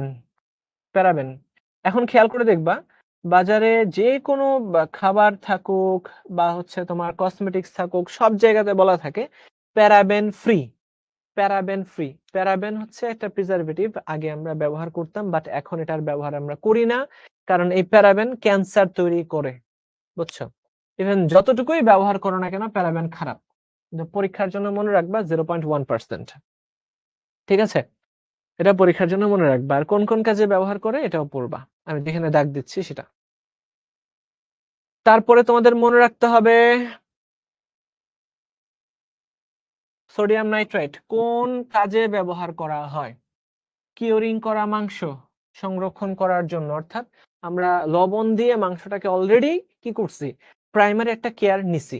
তো এটাকে আরো দীর্ঘদিন রাখার জন্য দেখবা বাইরের দেশে কি করা হয়, অনেকদিন পর্যন্ত মাংস সংরক্ষণ করে রাখা হয়। আমাদের দেশের মতো না, সকালে জবাই করলাম, নিয়ে আসলাম, ফ্রিজে রেখে দিলাম, এরকম করে না। ধরো যে বিভিন্ন দেশে তারা এক্সপোর্ট করে। ইন্ডিয়া সবথেকে বেশি গরুর মাংস রপ্তানি করে সারা বিশ্বে। তো দেখা যায় কি তারা এরকম ভাবে কিউরিং করে এটা রপ্তানি করে, বুঝছো? তার জন্য প্রিজারভেটিভ লাগে। এরপরে আর কি লাগবে, এই অংশটা মুখস্থ করলাম। আর হচ্ছে সালফাইট কি কাজ করে, সালফাইট এটাও মনে হয় আসলো কয়েকবার পরীক্ষায়। ঠিক আছে, আমি যে জায়গাগুলো দাগায় দিচ্ছি ওই জায়গাগুলোই পড়ে ফেলবো, আর কিচ্ছু লাগবে না।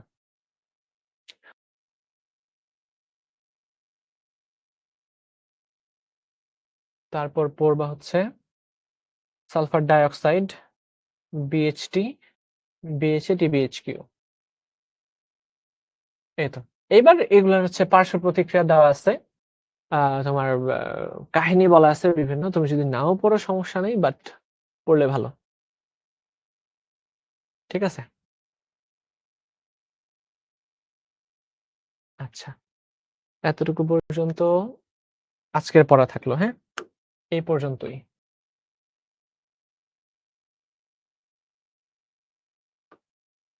এই পর্যন্তই। তাহলে পড়া কিন্তু খুব বেশি না, বাট খুব কমও না। আমরা গল্প করতে করতে অনেক কিছু পড়ে ফেলছি। আমি যে জায়গাগুলো দাগাইছি তোমরা জাস্ট ওই জায়গাগুলোই পড়ো, এগুলা না পড়লেও চলবে, বাট কেউ চাইলে পড়তে পারো। বলবো না যে পড়ো না, আমরা নিরুৎসাহিত করবো না অ্যাটলিস্ট। ওকে, ছকের যে অংশগুলো দাগ দেওয়া আছে এগুলা পড়বা, আর ভেতরে যা যা লেখাইছি, যে যে জায়গাগুলো দাগাইছি ওগুলা পড়বা। হ্যাঁ, আমাদের হাতে সময় শেষ, প্রায় শেষ। এবার দেখি তোমাদের আরো কিছু প্রশ্ন আছে কিনা। খুশকির জন্য ডেন্সেল, ডেন্সেল অ্যালোটা খুশকির কাজও করে, বেশ ভালো কাজ করে। এবং আমি বর্তমান শ্যাম্পুটা শেষ হয়ে গেলে ডেন্সেল অ্যালোটা কিনবো। আর আরেকটা জিনিস মাথায় রাখবা, ডিরেক্ট সূর্যের আলো কিন্তু আমাদের স্কিনকে প্রচুর পরিমাণে নষ্ট করে। এখন চুল, স্কিন, বলতেছিলা যে ভাইয়া স্কিন টোনটা কিভাবে ভালো রাখবো, বলে দিচ্ছি কিভাবে স্কিন টোন ভালো রাখবা। এই তোমরা কি এখনো আছো? হ্যাঁ, তোমরা প্রায় অনেকেই আছো। আমি কয়েকটার কথা বলে দিচ্ছি, স্কিন ভালো রাখবা কিভাবে। দেখো বাচ্চারা, স্কিন ভালো রাখার উপায় হচ্ছে একদম মাস্ট, তোমাকে ইউভি থেকে প্রোটেক্টেড থাকতে হবে। অর্থাৎ সূর্যের আলো থেকে, মানে লং টার্ম এক্সপোজার থেকে তোমাকে মুক্ত থাকতে হবে, বুঝছো? দেখো তার জন্য তুমি কি করবা, স্কিন ভালো রাখার জন্য, আমি কিন্তু স্কিন কেয়ারের কথা বলতেছি, যদিও নিজেই পালন করি না, বাট জেনে বসে আছি সবই। স্কিন কেয়ার করার জন্য তোমাকে অবশ্যই তুমি ক্লিনজার ব্যবহার করতে পারো। কার কার বাসায় ক্লিনজার আছে আমাকে বলো।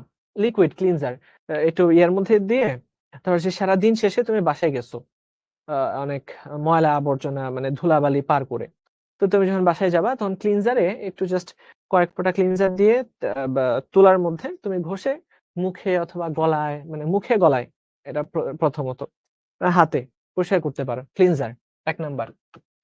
হ্যাঁ, ক্লিনজার ভালো, ক্লিনজার দিলে ভালো। ক্লিনজারের পর কি করবা, ফেস ওয়াশ দিবা, ধুয়ে ফেলবা, মুখ ধুয়ে ফেলবা। ঠিক আছে, ফেস ওয়াশ। অবশ্যই অবশ্যই একটা জিনিস মাথায় রাখতে হবে, ডলাডলি করা যাবে না, কিন্তু মুখের সাথে যুদ্ধ করা যাবে না। তুমি ইয়ে করবা আলতো মোলায়েম ভাবে, এবং দুই হাত, মানে এটা সিমেট্রিক্যালি ইউজ করতে হবে। এরকম কেউ কেউ আছে এমনি এমনি এমনি এমনি ঘষো, এই কথা বুঝতেছো ভাই? এমনি ঘষা যাবে না, এমনি ঘষলেই রিঙ্কেল পড়ে, রিঙ্কেলস পড়ে, মানে কুচকে যায়। এই কাজ করা যাবে না। এ ছোটবেলায় আমিও ধরো যে তাড়াহুড়ার মধ্যে এই সব করে বসতাম, ভাই এগুলা কখনোই করবা না, আস্তে আস্তে সিমেট্রিক্যালি ইউজ করতে হবে। ঠিক আছে, তোমরা আবার কেউ রেকর্ড করে অনলাইনে ছড়ায় দিও না, তাইলে আবার কেলেঙ্কারি হয়ে যাবে যে ভাইয়া এইসব কি পড়াচ্ছে। যাই হোক, বুঝছো? তো ফেস ওয়াশ, মুখটা পরিষ্কার রাখতে হবে। পরিষ্কার করে ফেলার পর আম, একটা ইয়ে থাকে, কি যেন বলে এটাকে, উম এটা একটা লিকুইড আছে, দিলে মানে অ্যাবজর্ব হয়ে যায়। এটার নামটা তো মনে করতে পারতেছি না। মানে ক্রিম দেওয়ার আগে ওটা ব্যবহার করতে হয়, বুঝছো? ক্রিম দেওয়ার আগে একটা লিকুইড। আচ্ছা, কেউ একজন মনে করো না, কিন্তু অনেক মেয়েরাই আছো, তোমরা তো বলোই। হ্যাঁ, মাইসেলার ওয়াটার। এই ক্লিনজারটা আসলে মাইসেলার ওয়াটার। মাইসেল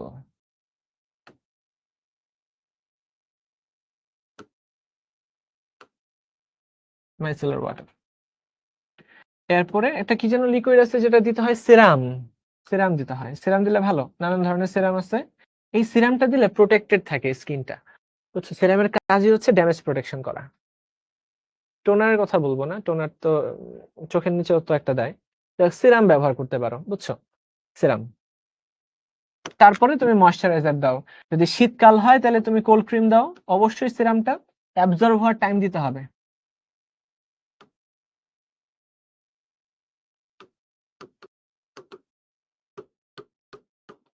অ্যাবজর্ব হওয়ার জন্য কিন্তু সময় দিতে হবে, 5 মিনিট 7 মিনিট একটু সময় দাও। তারপরে তুমি কি করো, ক্রিম ব্যবহার করো, কোল্ড ক্রিম শীতকালে, গরমকালে হচ্ছে তোমার ভ্যানিশিং ক্রিম ব্যবহার করো।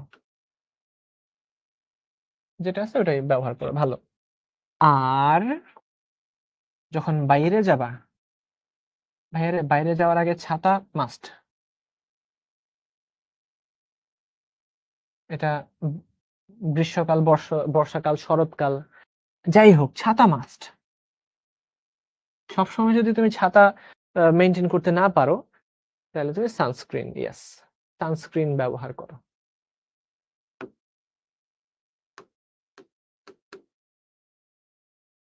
সানস্ক্রিন পাউডার আছে, ক্রিম আছে, লোশন আছে, এগুলা ব্যবহার করতে পারো। ঠিক আছে? এই ইউভি যদি ডিরেক্ট আমাদেরকে অ্যাটাক করতে না পারে, তাহলে কোনো সমস্যা নেই। তোমাদেরকে একটা আমি বাস্তব এক্সাম্পল বলি। একজন ট্রাক ড্রাইভার ছিল তোমার বিদেশেই, আমি যে ইয়াটা আমি পড়ছি যে এখানে, তার একটা সাইড ঝুলে আছে, বুঝছো? একটা ট্রাক ড্রাইভার, তার এক সাইড এরকম ঝুলে আছে, আর এক সাইড ঠিক ঠিক আছে। কথা বুঝতেছো? এক সাইডে চামড়া পুরা ঝুলে গেছে। অনেক বয়স্ক, 40 বছর ধরে, 50 বছর ধরে সে ইয়ে চালাইছে, ট্রাক চালাইছে। তা আমরা তো জানি ড্রাইভাররা এক পাশে বসে, বুঝছো, এক সাইডে বসে। তো দেখা যায় তো সে যখন চালায়, সে যখন ট্রাক চালায়, এক সাইডে তার রোদ পড়ে, ইউভিটা এক সাইডে পড়ে। ওই যে ইউভি 40-50 বছর ধরে পড়ছে তার স্কিনে, তো ইউভি রশ্মি এসে কি করে? ইউভি রশ্মি আমাদের ডিএনএটাকে নষ্ট করে দেয়, বুঝছো, প্রোটিন গুলাকে ড্যামেজ করে দেয়। প্রচুর এনার্জেটিক একটা রশ্মি, তোমরা জানো। তো ডিএনএ নষ্ট হয়ে গেলে, প্রোটিন নষ্ট হয়ে গেলে দ্রুত সেলের ডিজেনারেশন হয়, সেলটা নষ্ট হয়ে যায় দ্রুত, রিজেনারেশন করার সুযোগ পায় না।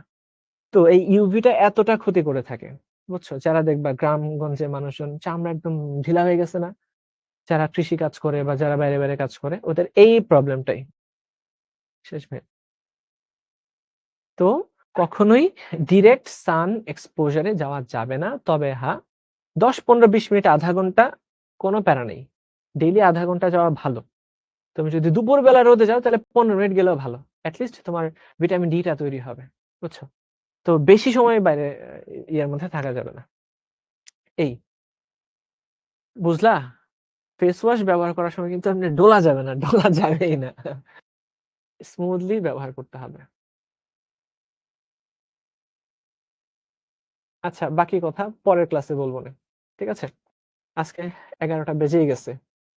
এটা ভালো সানস্ক্রিন, সব সানস্ক্রিন সবই ভালো, এটা খারাপ কোনোটাই নেই, সবই ভালো।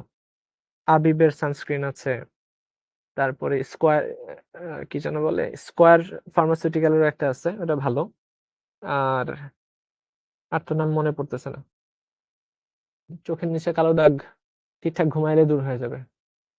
আর চোখের নিচে কিছু ইয়ারও ব্যবহার করা যায়, কি জানি আছে, কসমেটিক্স, নাম মনে নেই। দেওয়া হয় না তো, বুঝছো, বাসায় পড়ে আছে, এগুলা কিনে রাখছি। হ্যাঁ, 18 না হলেও ব্যবহার করা যায়, সমস্যা নেই। তোমাদের বয়স অলরেডি 18 হয়ে গেছে। ভাই প্লিজ রিপ্লাই। আমি এখনো কোনো গাইড বই কিনি নাই কলেজ থেকে। গাইড বইগুলো কিনবো নাকি এখন? গাইড বইয়ের দরকার নেই তো। মানে তুমি সলভ কিনতে পারো, সলভ, ধরো ম্যাথের জন্য কেতাবউদ্দিন বা ম্যাথের যে সলভ বইটা কিনছো, যে বইটা কিনছো তার সলভ কিনে ফেলো। ম্যাথের সলভ জরুরি, ঠিক আছে? আর ফিজিক্স কেমিস্ট্রির জন্য কোনো গাইড আমার মতে জরুরি না। বইয়ে যেগুলো আছে এগুলাই সলভ করতে থাকো। হয়ে যাবে। আর অ্যান্সার তো পাশে দেওয়াই থাকে। ঠিক আছে, তাইলে আজকের ক্লাসটা এই পর্যন্তই। সবাই ভালো থাকো। ইনশাআল্লাহ পরের ক্লাসে এরকম আরো কিছু নিয়ে কথাবার্তা বলবনে। প্লাস হচ্ছে 2nd ক্লাসে আমরা দেখাবো কেমনে কসমেটিক্স গুলা বানাইতে হয়। ঠিক আছে? আল্লাহ হাফেজ। Tata, tata.